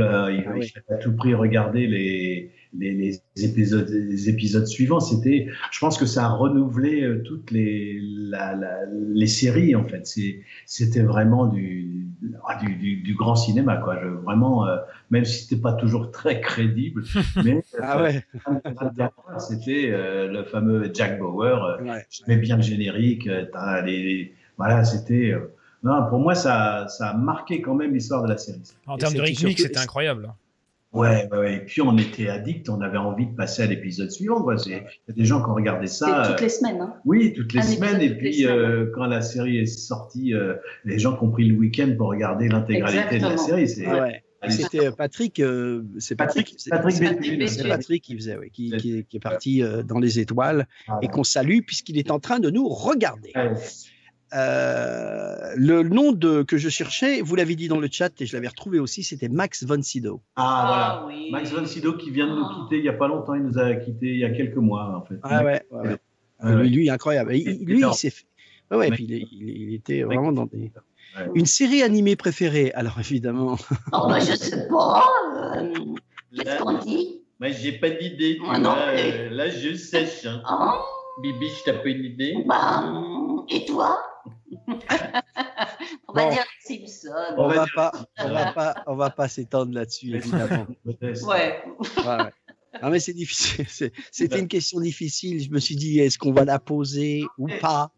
Alors justement, c'est vrai parce qu'en plus, moi, ça me fait rire les Simpsons. Et le personnage d'Homer Simpson, tu vois, moi, il me surprend tout le temps et il me cueille à chaque fois. Ça me fait rire. Il me fait rire. Alors, à la fois, ça nous arrive le samedi soir de tomber sur les épisodes qui passent en boucle là sur W9. Et d'abord, on s'en souvient plus du tout puisqu'il y en a presque 700 épisodes. 760, je sais plus. Et puis on se laisse prendre malgré tout. On dit, mais tu te souviens de cet épisode? Et puis ça, à la fois je m'entends, mais ça me fait rire. Je m'entends, et puis à la fois c'est moi et c'est pas moi, mais il me fait rire ce personnage. Ouais. Est-ce qu'ils vous ont plu dès le début, les Simpsons? Tiens, une petite question. Est-ce qu'ils vous ont plu dès le début, les Simpsons, quand vous avez abordé la série au départ? Comment est-ce que vous avez... Pas du tout. D'accord. Alors, Philippe, je pense que oui, parce qu'il n'a pas trouvé cette voix qu'il a maintenant. Moi, je pense que le personnage me plaisait, parce qu'elle était complètement à part. Puis il fallait que je travaille ce côté un peu corde vocale, que je jouais sur le travail de la gorge. Et en tant que personnage, je m'étais fait toute une idée en fait du personnage, que c'était la femme qui avait un fardeau sur les épaules, énorme, fatiguée, d'où la voix cassée, rauque. Je m'étais tout fait un truc. Du coup, j'étais partie là-dessus et j'ai toujours aimé mon petit personnage. D'accord. Voilà, mais Philippe, il n'a pas trouvé la voix. Non, j'ai pas trouvé la voix. Je m'ennuyais un petit peu, le personnage. Il n'était pas attachant comme il est devenu par la suite. Donc, je savais que j'avais pas trouvé vraiment le caractère de la voix. Bon, pendant les trois premières saisons, j'ai vraiment ramé quoi à chaque fois que j'allais aux enregistrements parce que je savais que j'avais pas trouvé la voix quoi. Je cherchais encore quoi. Et la voix a changé au fur et à mesure de la saison. Oui. Quand on écoute les premières saisons, la voix elle était proche de celle du grand-père en fait. Elle était un peu trop sérieuse, un peu trop raisonneuse. Et je m'amusais pas. Et après, quand le grand-père est arrivé dans la série, c'est la voix du grand-père qui m'a aidé à trouver la voix du fils. Ta voix, ouais. Et qui sont les parce que, qui fait la voix de qu'est-ce qu'on nous dit dans le Patty et Selma, c'est dans les Simpsons ça? C'est moi. C'est les sœurs. Ah d'accord. C'est les sœurs qui clopent. Ce sont les sœurs qui clopent. Ah d'accord, ok. C'est le même registre que Marge, mais en plus grave encore. Voilà. Ah oui, ça donne quoi? Bah, ça c'est plombant, elle déteste la mère. Ouais. T'as vu, il a encore grossi pendant le confinement, non? C'est génial. Et Homer, on en est où? Parce qu'on avait notre copine. Homer a changé. Pardon, excuse-moi. Bart. Ça a changé de rôle, non ou pas? Oui, alors Bart, le personnage, il a été créé par Joël Guigui. Oui, c'est Joël, oui. Joël, voilà, qui a créé le personnage de Bart. Et puis, elle a quitté la série à la fin de la 23e saison. Et il fallait continuer les enregistrements. Elle a eu des petits soucis de santé. Oui, de santé, oui, je l'avais eu au téléphone. Voilà, et puis, elle a quitté la série et elle a été remplacée parce qu'il fallait le spectacle continue. Hein, donc bien sûr.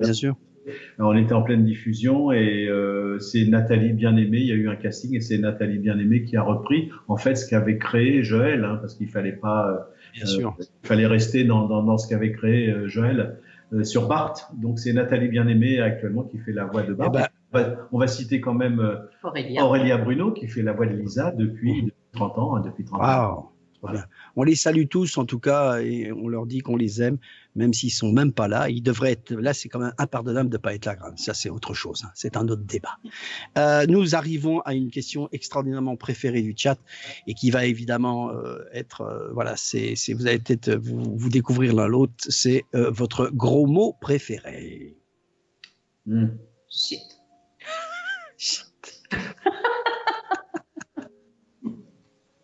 C'est simplement shit. C'est-à-dire que tu te lèves la nuit, tu trébuches, ça va être shit. Voilà. D'accord. C'est clair et net et carré, voilà. Et toi, Philou? C'est putain de vérole du pape. Mais je dis pinesse, tout simplement. Voilà. Putain de vérole du pape. Voilà. Faut avouer que ça envoie du bois quand même ça. Si ceux qui sont là sur le chat pouvaient redire ce qu'ont trouvé les autres, parce qu'on en a eu des lourds. Hein. On a eu alors avec la voix de François Berland, tu imagines la voix qu'il a l'autre. C'était Walt Disney présente. Il nous fait, lui, c'est quoi son préféré? C'était mange merde. Il nous fait comme ça. Donc voilà, les autres, on a eu Nathalie Holmes qui nous a envoyé du lourd aussi. Bon, si vous en souvenez, c'était quoi? Putain de vérole du pape. Non, ça c'est toi. Sa mère le pingouin, ça c'était Frédéric Soutrel. Sa mère le pingouin, oui. C'est soft. Oui. Celle de Valérie, enfin de Nathalie Holmes. Nathalie Holmes, c'était pas du tout. Si, voilà, c'était Nathalie, c'était bordel à cul, voilà. Pas que de merde.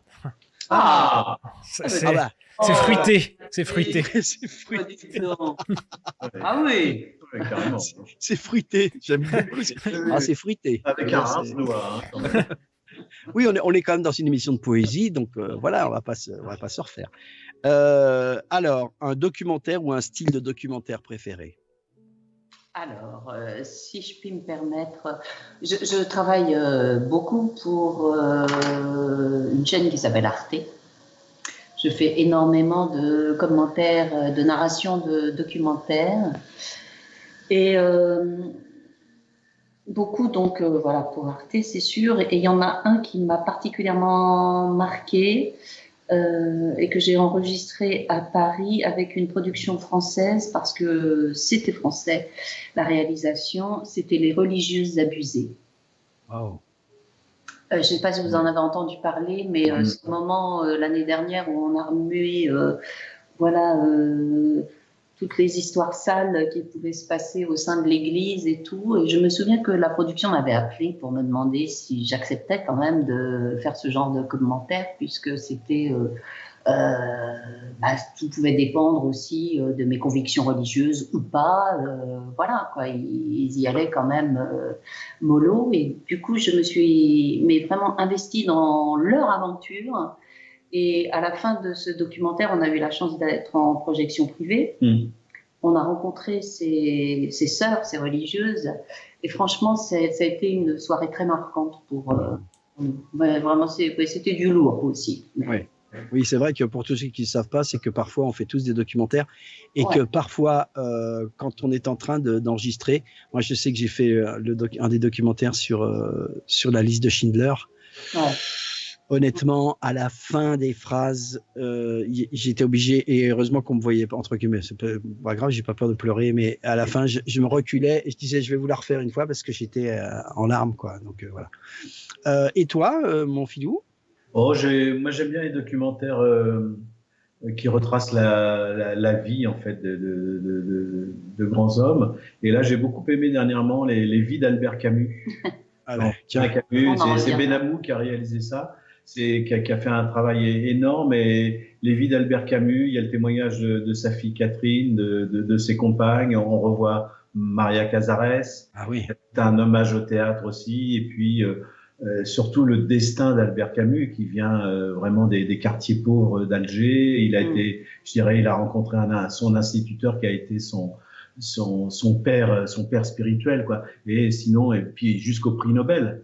Voilà, donc c'est surtout un parcours de vie. Il est mort à 46 ans, donc il a une vie et puis un engagement de l'histoire, dans l'histoire, engagement par rapport à l'Algérie, par rapport, voilà, donc il a défendu tous les humiliés, hein, voilà, et Camus est d'une intégrité, surtout intégrité intellectuelle, un grand, voilà. Un grand homme, oui, un grand homme. Pour ceux qui ne connaissent pas la vie. Les vies d'Albert Camus, vous pouvez le revoir, c'était diffusé sur la 3, je pense. Ouais.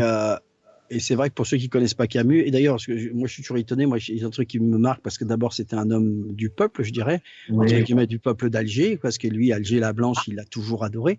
Deuxièmement, c'était un extraordinaire amoureux, alors évidemment, il y en a qui peuvent rire du football, parce qu'il dit que c'était une école hyper importante pour lui, ce que je trouve aussi, c'est-à-dire que être dans une équipe, c'est important. Et puis un bourreau de travail, parce que tu parles de Maria Casares, qui a été sa maîtresse, on peut dire, c'est ça, hein. Il y a un bouquin qui est sorti il n'y a pas longtemps qui fait ça, c'est 450 pages. Les correspondants, je te dis, mais attends, il prend le temps quand? Il dort quand, le gars? Exactement, il y a 675 lettres. Mais il écrivait, il correspondait beaucoup à l'époque. Hein. C'est vrai qu'il y a quand même un... Effectivement, Parce que c'est bon, moi j'ai pas évidemment pas tout lu parce que j'ai pas beaucoup de temps non plus, mais quand tu vois ça, tu te dis waouh. Donc tu vois, il y a une facilité, tu vois, il y a une connexion encore une fois. Ça c'est des grands. Il fallait prendre le temps de coller les timbres. C'est ça surtout. Et puis d'aller à la poste. C'est le premier homme aussi. Ah, le premier homme, voilà. Celui que je. Voilà. Alors, une période de l'histoire, chère Véronique. Écoute, j'ai envie de te parler de celle-ci, voilà, celle qu'on vit actuellement. On n'a pas connu de guerre, mais on connaît une crise sanitaire une période inédite, bizarre, curieuse.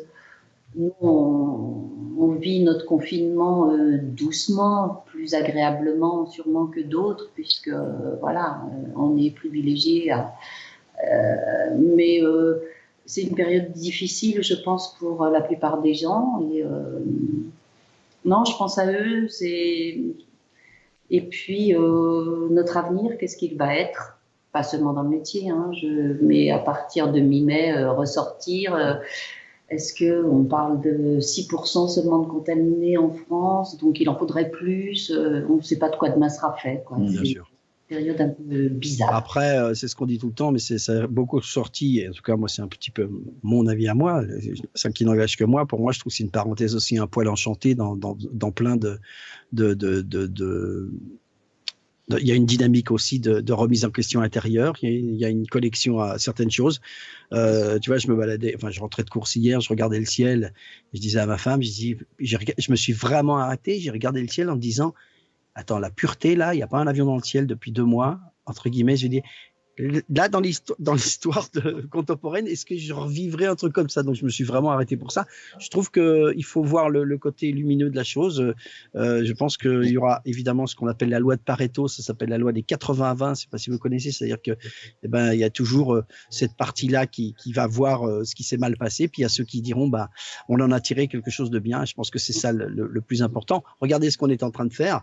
On est en train de se découvrir ou de se partager. Et c'est un truc qu'on n'aurait pas fait autrement. C'est sûr. Et toi, une période de l'histoire, mon filou, mon cher Robert? Et la période d'avant, la période de nos parents, c'est l'histoire du XXe siècle en fait. C'est là d'où on vient. Hein. Donc, je pense à la génération de mes parents.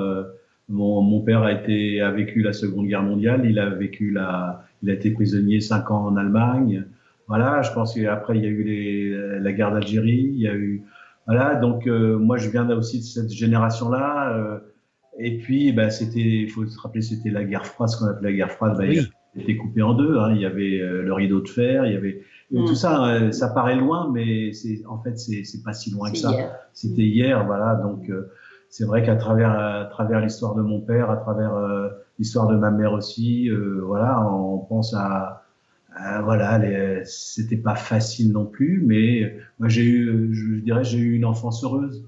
Mes parents étaient pas très riches, voilà, mais je sais qu'on rigolait bien, et puis c'est une famille, ils nous aimaient, voilà, et je savais qu'ils en avaient chié quelque part, hein, voilà. Ils n'avaient pas tout le confort qu'on avait, et voilà, il y avait 5 étages à monter tous les jours. C'est vrai, quand on en parlait. Voilà, ça paraît loin tout ça, mais c'est ce que j'ai connu, c'est mon enfance, quoi. Mais ce qui est bien aussi, c'est que je trouve que quand on peut, même si on s'intéresse pas trop à l'histoire, on s'aperçoit quand même qu'on en parlait donc dans les autres émissions. Comme tu dis, Véronique, je rebondis sur ce que tu disais, cette période-là actuellement, et aussi, moi, je trouve la période qu'on vit en tant qu'être humain aussi maintenant de ce 21e siècle. On m'enlèvera pas de l'idée qu'il y a beaucoup plus de conscience qu'avant, il y a beaucoup plus de réflexion qu'avant, il y a un droit des femmes, un droit des races, c'est tout à fait normal. Je disais même un exemple vite fait, je disais, tout le monde sait que moi je viens un peu de la Martinique.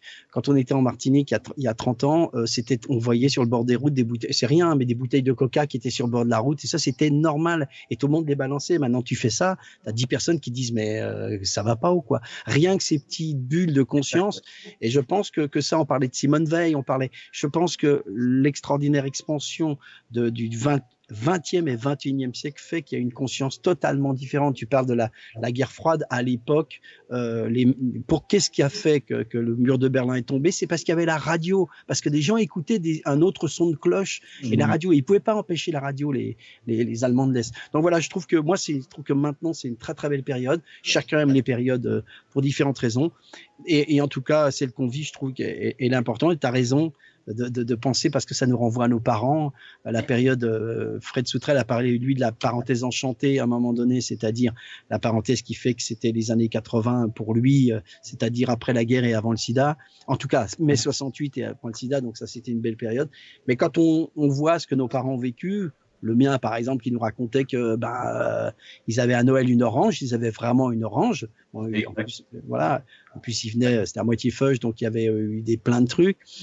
Voilà, donc on peut dire merci à plein de choses avant de dire c'est pas bien, quoi. Voilà. Alors on passe à un truc plus gaudriole, le sport. Un sport regardé, un sport pratiqué. Véro. Alors, moi je regarde à la télé le tennis et pratiquer, j'aime être seule. Donc quand je peux courir sur la plage, je vais courir sur la plage. Mais en ce moment, c'est pas possible. Donc, je fais du step chez moi. D'accord. Quelle plage? Si tu vas sur quelle plage? C'est intéressant. Quelle plage surtout? En Normandie. À Trouville-sur-Mer. Sachez qu'on pourra, ça c'est une information gouvernementale, Pierre-Alain Garrigue, sachez qu'on va pouvoir aller à la plage. Simplement, ils vont changer l'eau tous les jours. Un peu à la con. Hyper à linge. Voilà, donc, Ça me rassure. voilà, c'est vraiment très con ce que je raconte. Il y en a qui nous disent la patate du Calvados, il dit courir nu sur la plage. D'accord. Oui. Alors, courir nu, c'est nu. Donc, la patate du Calvados, c'est une fille ou un homme? Je n'arrive pas à comprendre. Voilà, on verra ça après. Homer Sanson. Oui, bah moi j'aime bien le tennis et puis je le Oui. pratique Ouais. depuis pas mal d'années. Donc, et là je suis très frustré justement de ne pas avoir cette activité physique. Donc, faut vraiment vivement que je reprenne le tennis parce que d'abord j'ai pris quelques kilos. Non, ça se voit pas. Je suis un peu confit. Mais non, le tennis, puis j'aime bien, c'est un sport intelligent, c'est vraiment, et puis c'est courir après une balle et tout ça, Ouais, puis c'est ludique, c'est du jeu, quoi. Mais j'ai horreur de courir tout seul, par exemple. Voilà, ça, j'ai horreur de ça, c'est une vraie souffrance. J'aime bien courir après une balle et trouver la solution, et ça, c'est bien. Et puis, à voir, d'abord, c'est un sport qu'on regarde à la télé, c'est magique, Et t'as un héros particulier. Je les connais tous. Hein, vas-y, on va sortir. Ouais, j'adore Roger. Federer, bien sûr. Bien sûr, Roger. Voilà. Puis moi, j'adorais Edberg. Oui. Ah, mais Federer, alors Les Edberg, qui était suédois, Ouais. et qui est un héros de Roger Federer. Ah, ben, Ces héros étaient Pete Sampras et Stéphane Edberg. Ouais, c'est bien. Et pour ceux qui sont, alors là, on va faire un peu de technique. Tu vois comment il servait Edberg à la cuillère. C'était un serveur, c'est n'importe quoi. Tu sais, on appelait ça son service pince.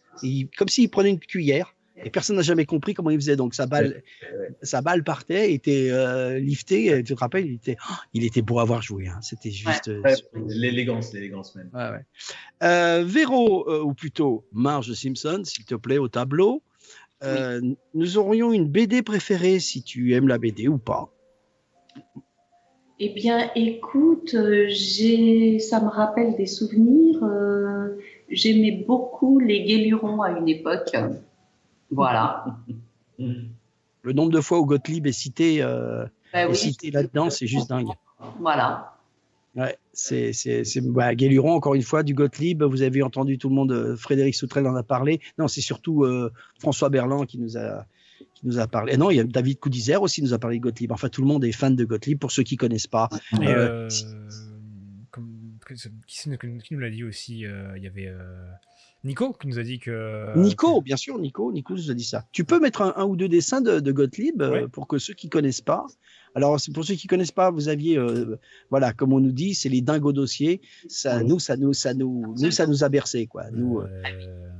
Parce qu'il y avait à l'époque des génies absolus, pour ceux qui ne connaissent pas. Après, il y a eu Fluide Glacial, mais il y avait des génies absolus. Donc, je citerai que les deux qui, pour moi, étaient extraordinaires. Évidemment, Goscinny, parce que Goscinny, c'était l'over grande classe. Et Gottlieb, qui nous a changé la vie. Après, il y en a eu plein, mais... Il y a eu Hergé aussi. Non. Comment? Il y a eu Hergé aussi. Ah bah Hergé, oui, après, il y a tellement d'incroyables. Une BD préférée pour toi, mon filou? Oh, mais moi, j'ai adoré Riser. Non. Voilà, le beauf. Il y avait Cabu aussi que j'adorais. Cabu, et puis c'est toute l'époque Harakiri. Non, mais Riser, il osait à l'époque, c'était d'une méchanceté, mais c'était drôle. Et puis en quelques coups de crayon, c'était drôle. Ah ouais. Mais ça aussi, c'est eux aussi là, tous les Harakiri, quand ils sont arrivés, ils ont déménagé l'histoire. Complètement. Ouais. Pervers Pépère, on nous dit aussi. Gaston Lagaffe. Voilà. Pervers Pépère. C'était vraiment extrait. Nous avons encore 4 petites questions. Il est 18h48. Nous sommes parfaitement dans les temps. J'espère que vous vous embêtez pas, mes chers invités. Je sens que ça va être une émission pour nous hyper rapide encore. Ouais. Mais non, c'est très bien, 2 heures. Hein, c'est ce qu'on fait. Et nous, on adore ça, en tout cas. Un pays préféré, un pays préféré, et peut-être un pays préféré que vous ne connaissez pas encore. Je veux bien 2 réponses à cette question-là. Véro. Écoute, moi, j'ai eu la chance de vivre un peu en Grèce, dans le Péloponnèse, donc j'ai quand même un coup de cœur pour la Grèce. Maintenant, je suis très attirée par les pays du Nord. Voilà.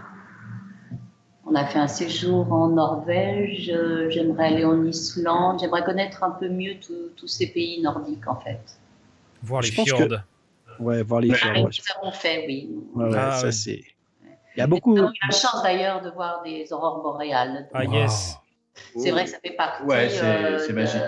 de la magie de ce genre de voyage aussi. Ouais, on nous dit dans le chat que d'autres ont parlé des pays du Nord. Oui, c'est quelque chose qui revient souvent. En règle générale, dans tous mes invités, ce qui revient la plupart du temps, c'est les pays du Nord. Le Japon revient très souvent. Et à 70%, il commence par la France, hein, quand même, de toute façon. Je pense que c'est assez logique parce qu'en fait, on cherche à aller vers des choses qui sont complètement différentes de nous, et la culture japonaise comme la culture des pays du Nord, c'est pas du tout la nôtre. C'est pas celle que t'aurais en Allemagne, c'est pas celle que t'aurais en Italie, qui sont des pays qui sont assez proches de nous, qui sont assez occidentaux. Et vraiment, quand tu vas au Japon et quand tu vas aux pays du Nord, ça n'a rien à voir, quoi. J'imagine que c'est vraiment en termes de culture, c'est vraiment. Mais il y a eu beaucoup de la France, hein, des très. D'un côté, c'était très. Et toi, mon filou? Oh ben moi j'ai un faible pour l'Italie et les Italiens, quoi, et puis toute la classe, quoi, l'élégance, le design, la gastronomie italienne. Je suis un petit peu italien dans l'âme, quoi. Vraiment, pour moi c'est fascinant, et puis c'est une histoire extraordinaire. Voilà, donc l'Italie, pour moi c'est la grande classe. Et vous y allez souvent? Vous avez été souvent ou pas? Vous y allez? On a eu la chance d'y aller. Ouais, on a été à Venise, on a été à Rome, on a été à Florence, et j'y retourne toujours avec grand bonheur. Et puis sinon, j'aimerais bien découvrir par exemple l'Amérique latine, surtout l'Argentine, Oui. l'Argentine ou le Chili. Voilà, parce que c'est un petit peu de l'Europe qui est partie là-bas. Oui. J'aimerais bien justement voir un petit peu ce mélange. Je sais pas, il y a des villes qui me font rêver comme ça, comme Santiago Chili ou Buenos Aires. Buenos Aires. Ouais, Buenos Aires. J'aimerais bien aller traîner par là un petit peu, quoi. Voilà. On nous dit dans le chat, petit voyage touristique à Roubaix ou Tourcoing. Eh ben si, c'est vachement bien Roubaix ou Tourcoing. Faut arrêter là. Faut arrêter quand même.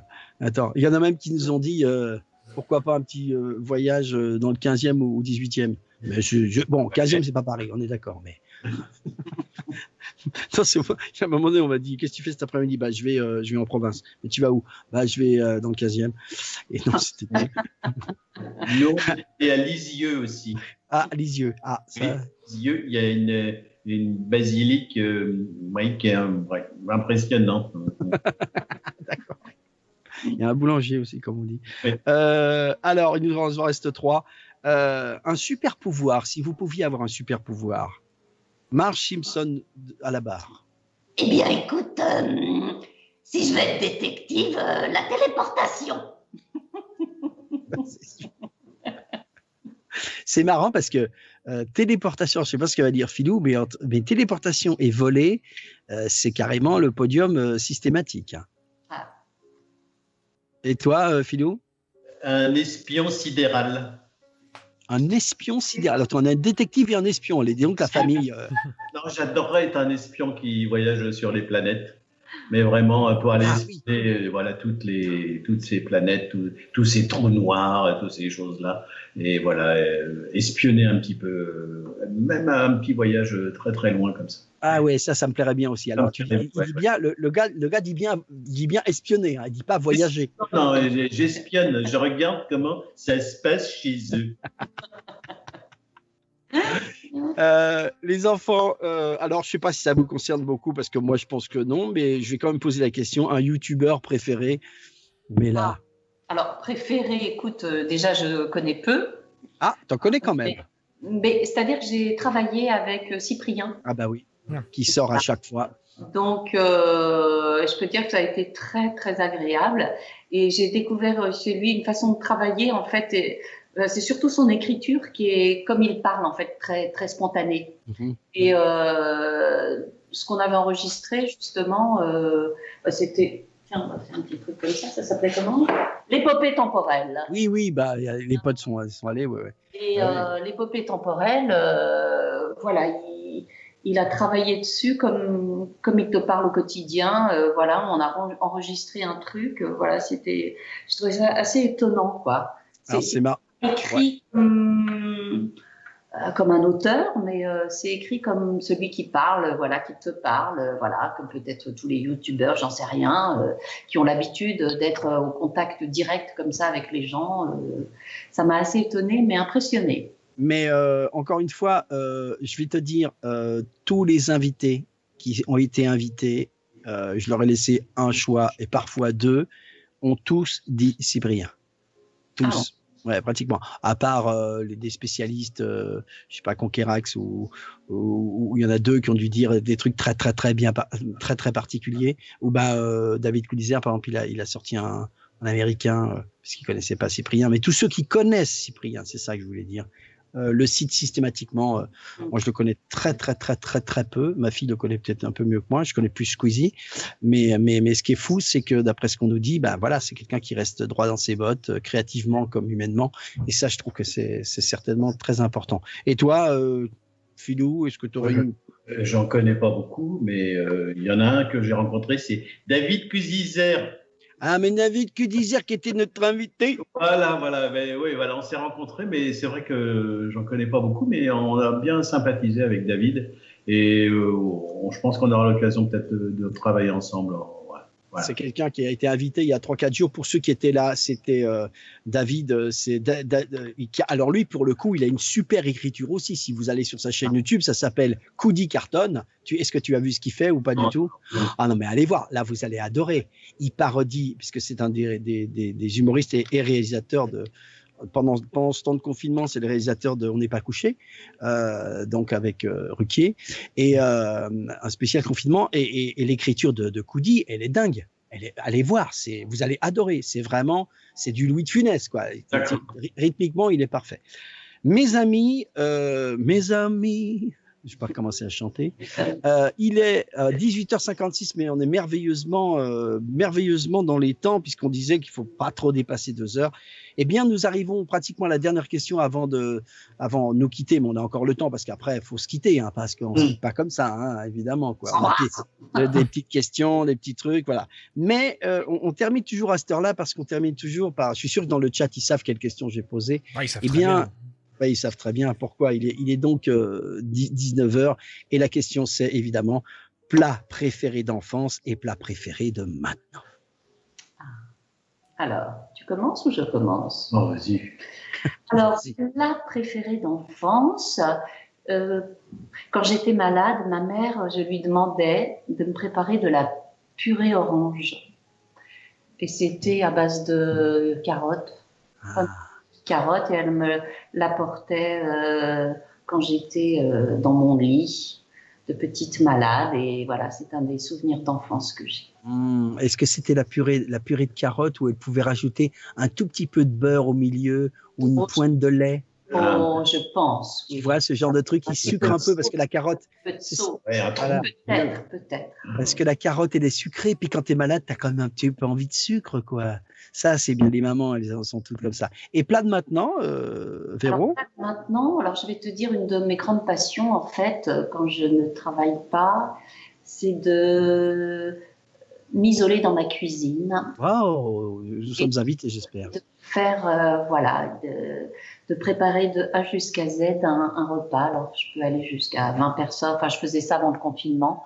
Voilà, 4 personnes. J'aime beaucoup faire la cuisine, mais que personne ne me dérange. J'ai besoin de concentration, comme dans le travail, en fait. Mais c'est une de mes... Voilà, c'est un de mes hobbies. J'adore la cuisine, alors que quand j'ai connu Philippe, je ne savais pas du tout cuisiner. Ah, incroyable. On a appris à... Voilà. Mais tu ne m'as pas sorti ton plat préféré. Écoute, de maintenant. Si tu devais choisir. Je peux te dire, je vais en sortir un des miens. J'adore le bœuf bourguignon à ma façon. Donc c'est un plat que tu aimes cuisiner aux gens, c'est ça? Ouais. Ah, mais de toute façon, je fais la cuisine pour les autres, surtout. Je confirme, c'est excellent. Alors, attends, avant qu'on parte là, parce que le bœuf bourguignon, c'est quoi à ma façon? Parce que c'est le à ma façon qui me plaît. C'est quoi le à ma façon? Vous prenez des notes dans le chat, hein, surtout ma femme, s'il te plaît. Non, c'est-à-dire qu'une fois que tu fais bien cuire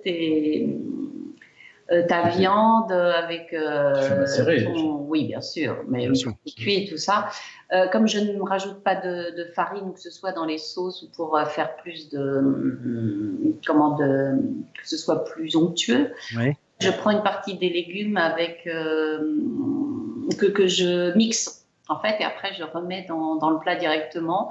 Ça rend le plat en fait beaucoup plus onctueux et ça évite un plat trop liquide. D'accord. Voilà, et je garde quelques légumes, bien évidemment, dedans. Mais, on fait entre autres. Ouais.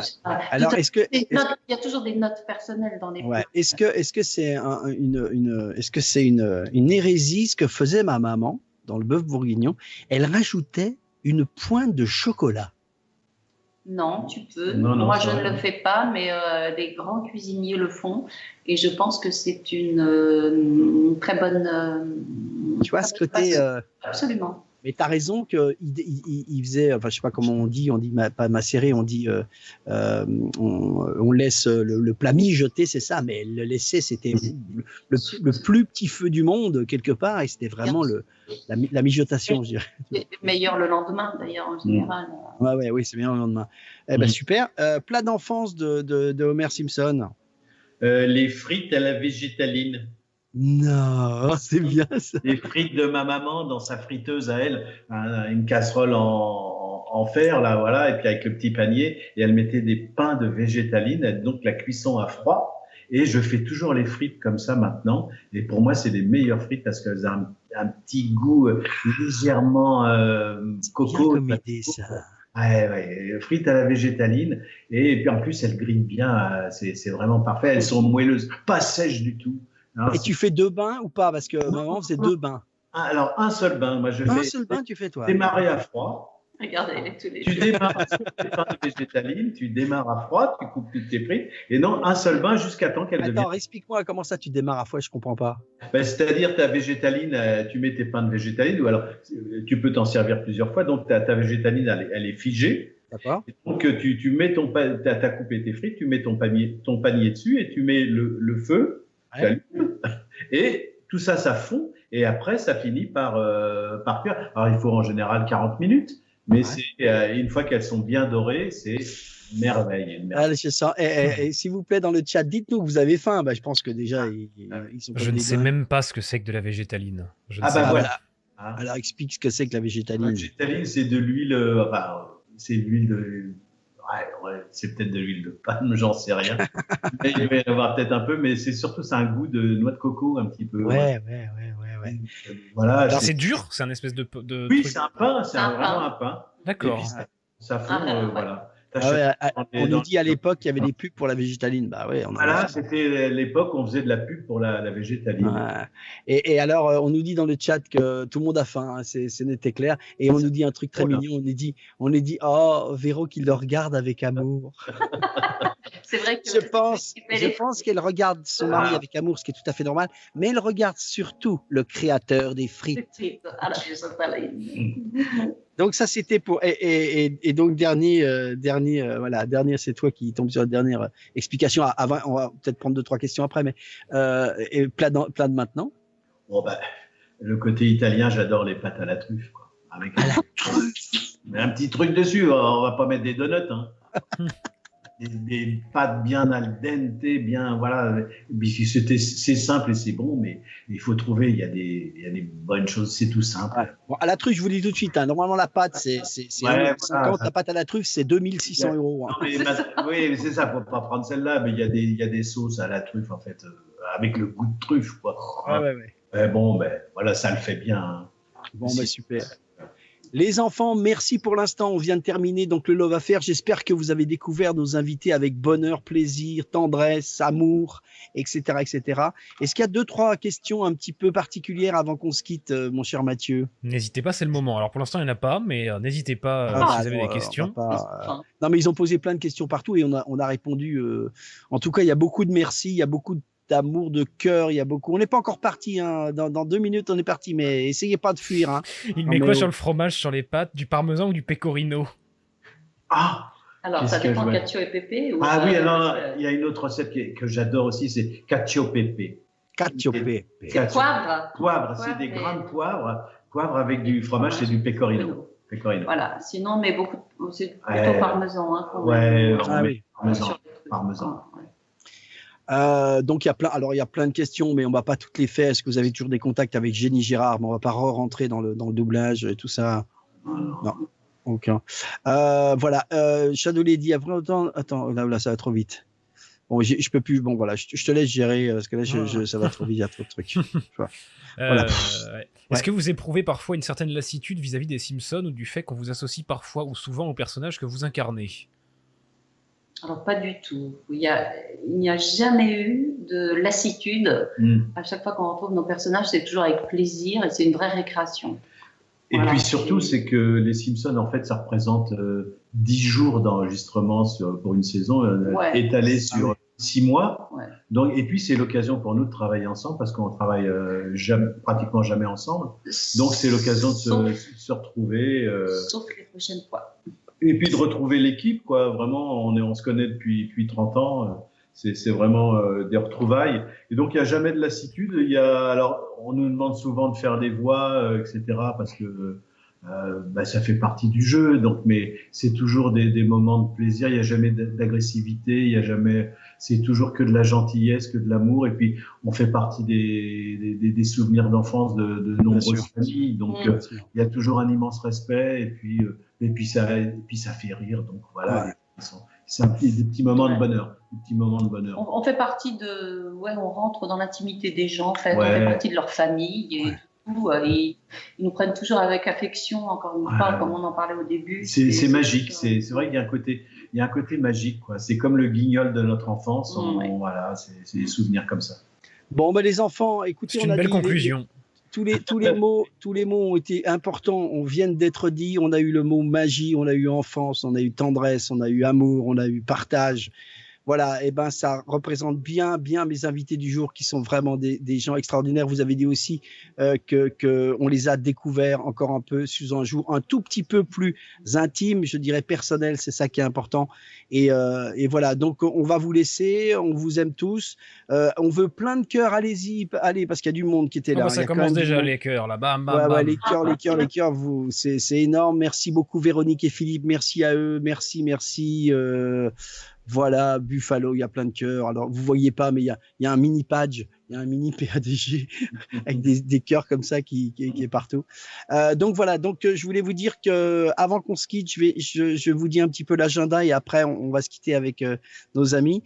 L'agenda, c'est que demain nous sommes avec le grand YouTuber pour ceux qui connaissent Hearthstone. C'est Talk de League of Legends qui est un grand ami à moi parce que c'est grâce à lui que je suis arrivé dans les premières conventions. C'était quelqu'un qui était très important pour moi. Nous aurons samedi quelqu'un qui est très copain avec Véro et Philippe, qui est Benoît Allman, qui a accepté de venir, et c'est pas facile pour lui en ce moment, donc voilà, Ben sera avec nous. Nous aurons dimanche, on va pas arrêter, hein, quand est-ce qu'on dort, nous aurons dimanche, nous aurons Jason Statham et le chapeauté, c'est-à-dire Boris Rélinger. Bobo, et vous allez voir s'il envoie du bois, hein. Bobo, quand il s'énerve, il fait non, je vais pas manger, ça c'est pas bien. Donc voilà, c'est Jason Statham qui est pas content. Faites attention à vos coucougnettes. Et donc voilà, nous aurons la semaine prochaine, jeudi prochain avec Mathieu. Mais comme le déconfinement arrive, on va commencer à se retrouver un petit peu dans la bizarrerie au niveau des comment on va pouvoir gérer les émissions. Ça sera peut-être plus à 17h parce que peut-être que Mathieu travaillera. Enfin, on ne sait pas encore. Nous aurons la championne de Street Fighter, très connue pour les gamers, qui s'appelle Kayane, qui est une grande amie. Voilà, championne du monde de Street Fighter. Et voilà. Puis ensuite, nous aurons plein de gens différents. Je vois que Véronique et Philou regardent, dès qu'on dit championne du monde de Street Fighter, ils font. C'est ça. Voilà, donc ils savent pas du tout ce que c'est. C'est des gens qui sortent dans la rue, qui se mettent des beignes en fait. Voilà, nous avons tout du monde. Bon, je salue tout le monde, tous ceux qu'on aime. Il y a ma fille était là, ma doudou était là aussi, les copains, les copines. Merci les amis d'être venus, c'est vraiment gentil parce que vous avez beaucoup de demandes et que voilà, j'espère que ça vous a plu cet échange, ce partage. Et c'est vraiment super important que les gens vous connaissent. Ils vous connaissent déjà dans leur cœur, mais maintenant ils vous connaissent dans leur esprit aussi. Voilà, ou plutôt l'inverse d'ailleurs. Et voilà, donc on vous salue, on vous dit au revoir. Au revoir Salut Mathieu. Ben, salut à vous, merci beaucoup d'être venu. Malgré les déboires techniques que nous avons eus hier, au final, on y est arrivé, hein, mine de rien. On y est arrivé. Je vous dis même pas la patience qu'ils ont eue parce que il y a rien qui marchait, les enfants. Il y a rien qui marchait. On a fait l'émission sur du Skype. Normalement, on le fait sur Discord, vous le savez. C'était pas facile, mais on a notre bonne étoile qui était avec nous, et ce sont deux bonnes étoiles d'ailleurs qui étaient avec nous. Merci. Homer, un petit dernier mot. Marge, un petit dernier mot avant que je conclue. Non, mais Skype, c'était à cause de nous parce qu'on n'est pas des geeks.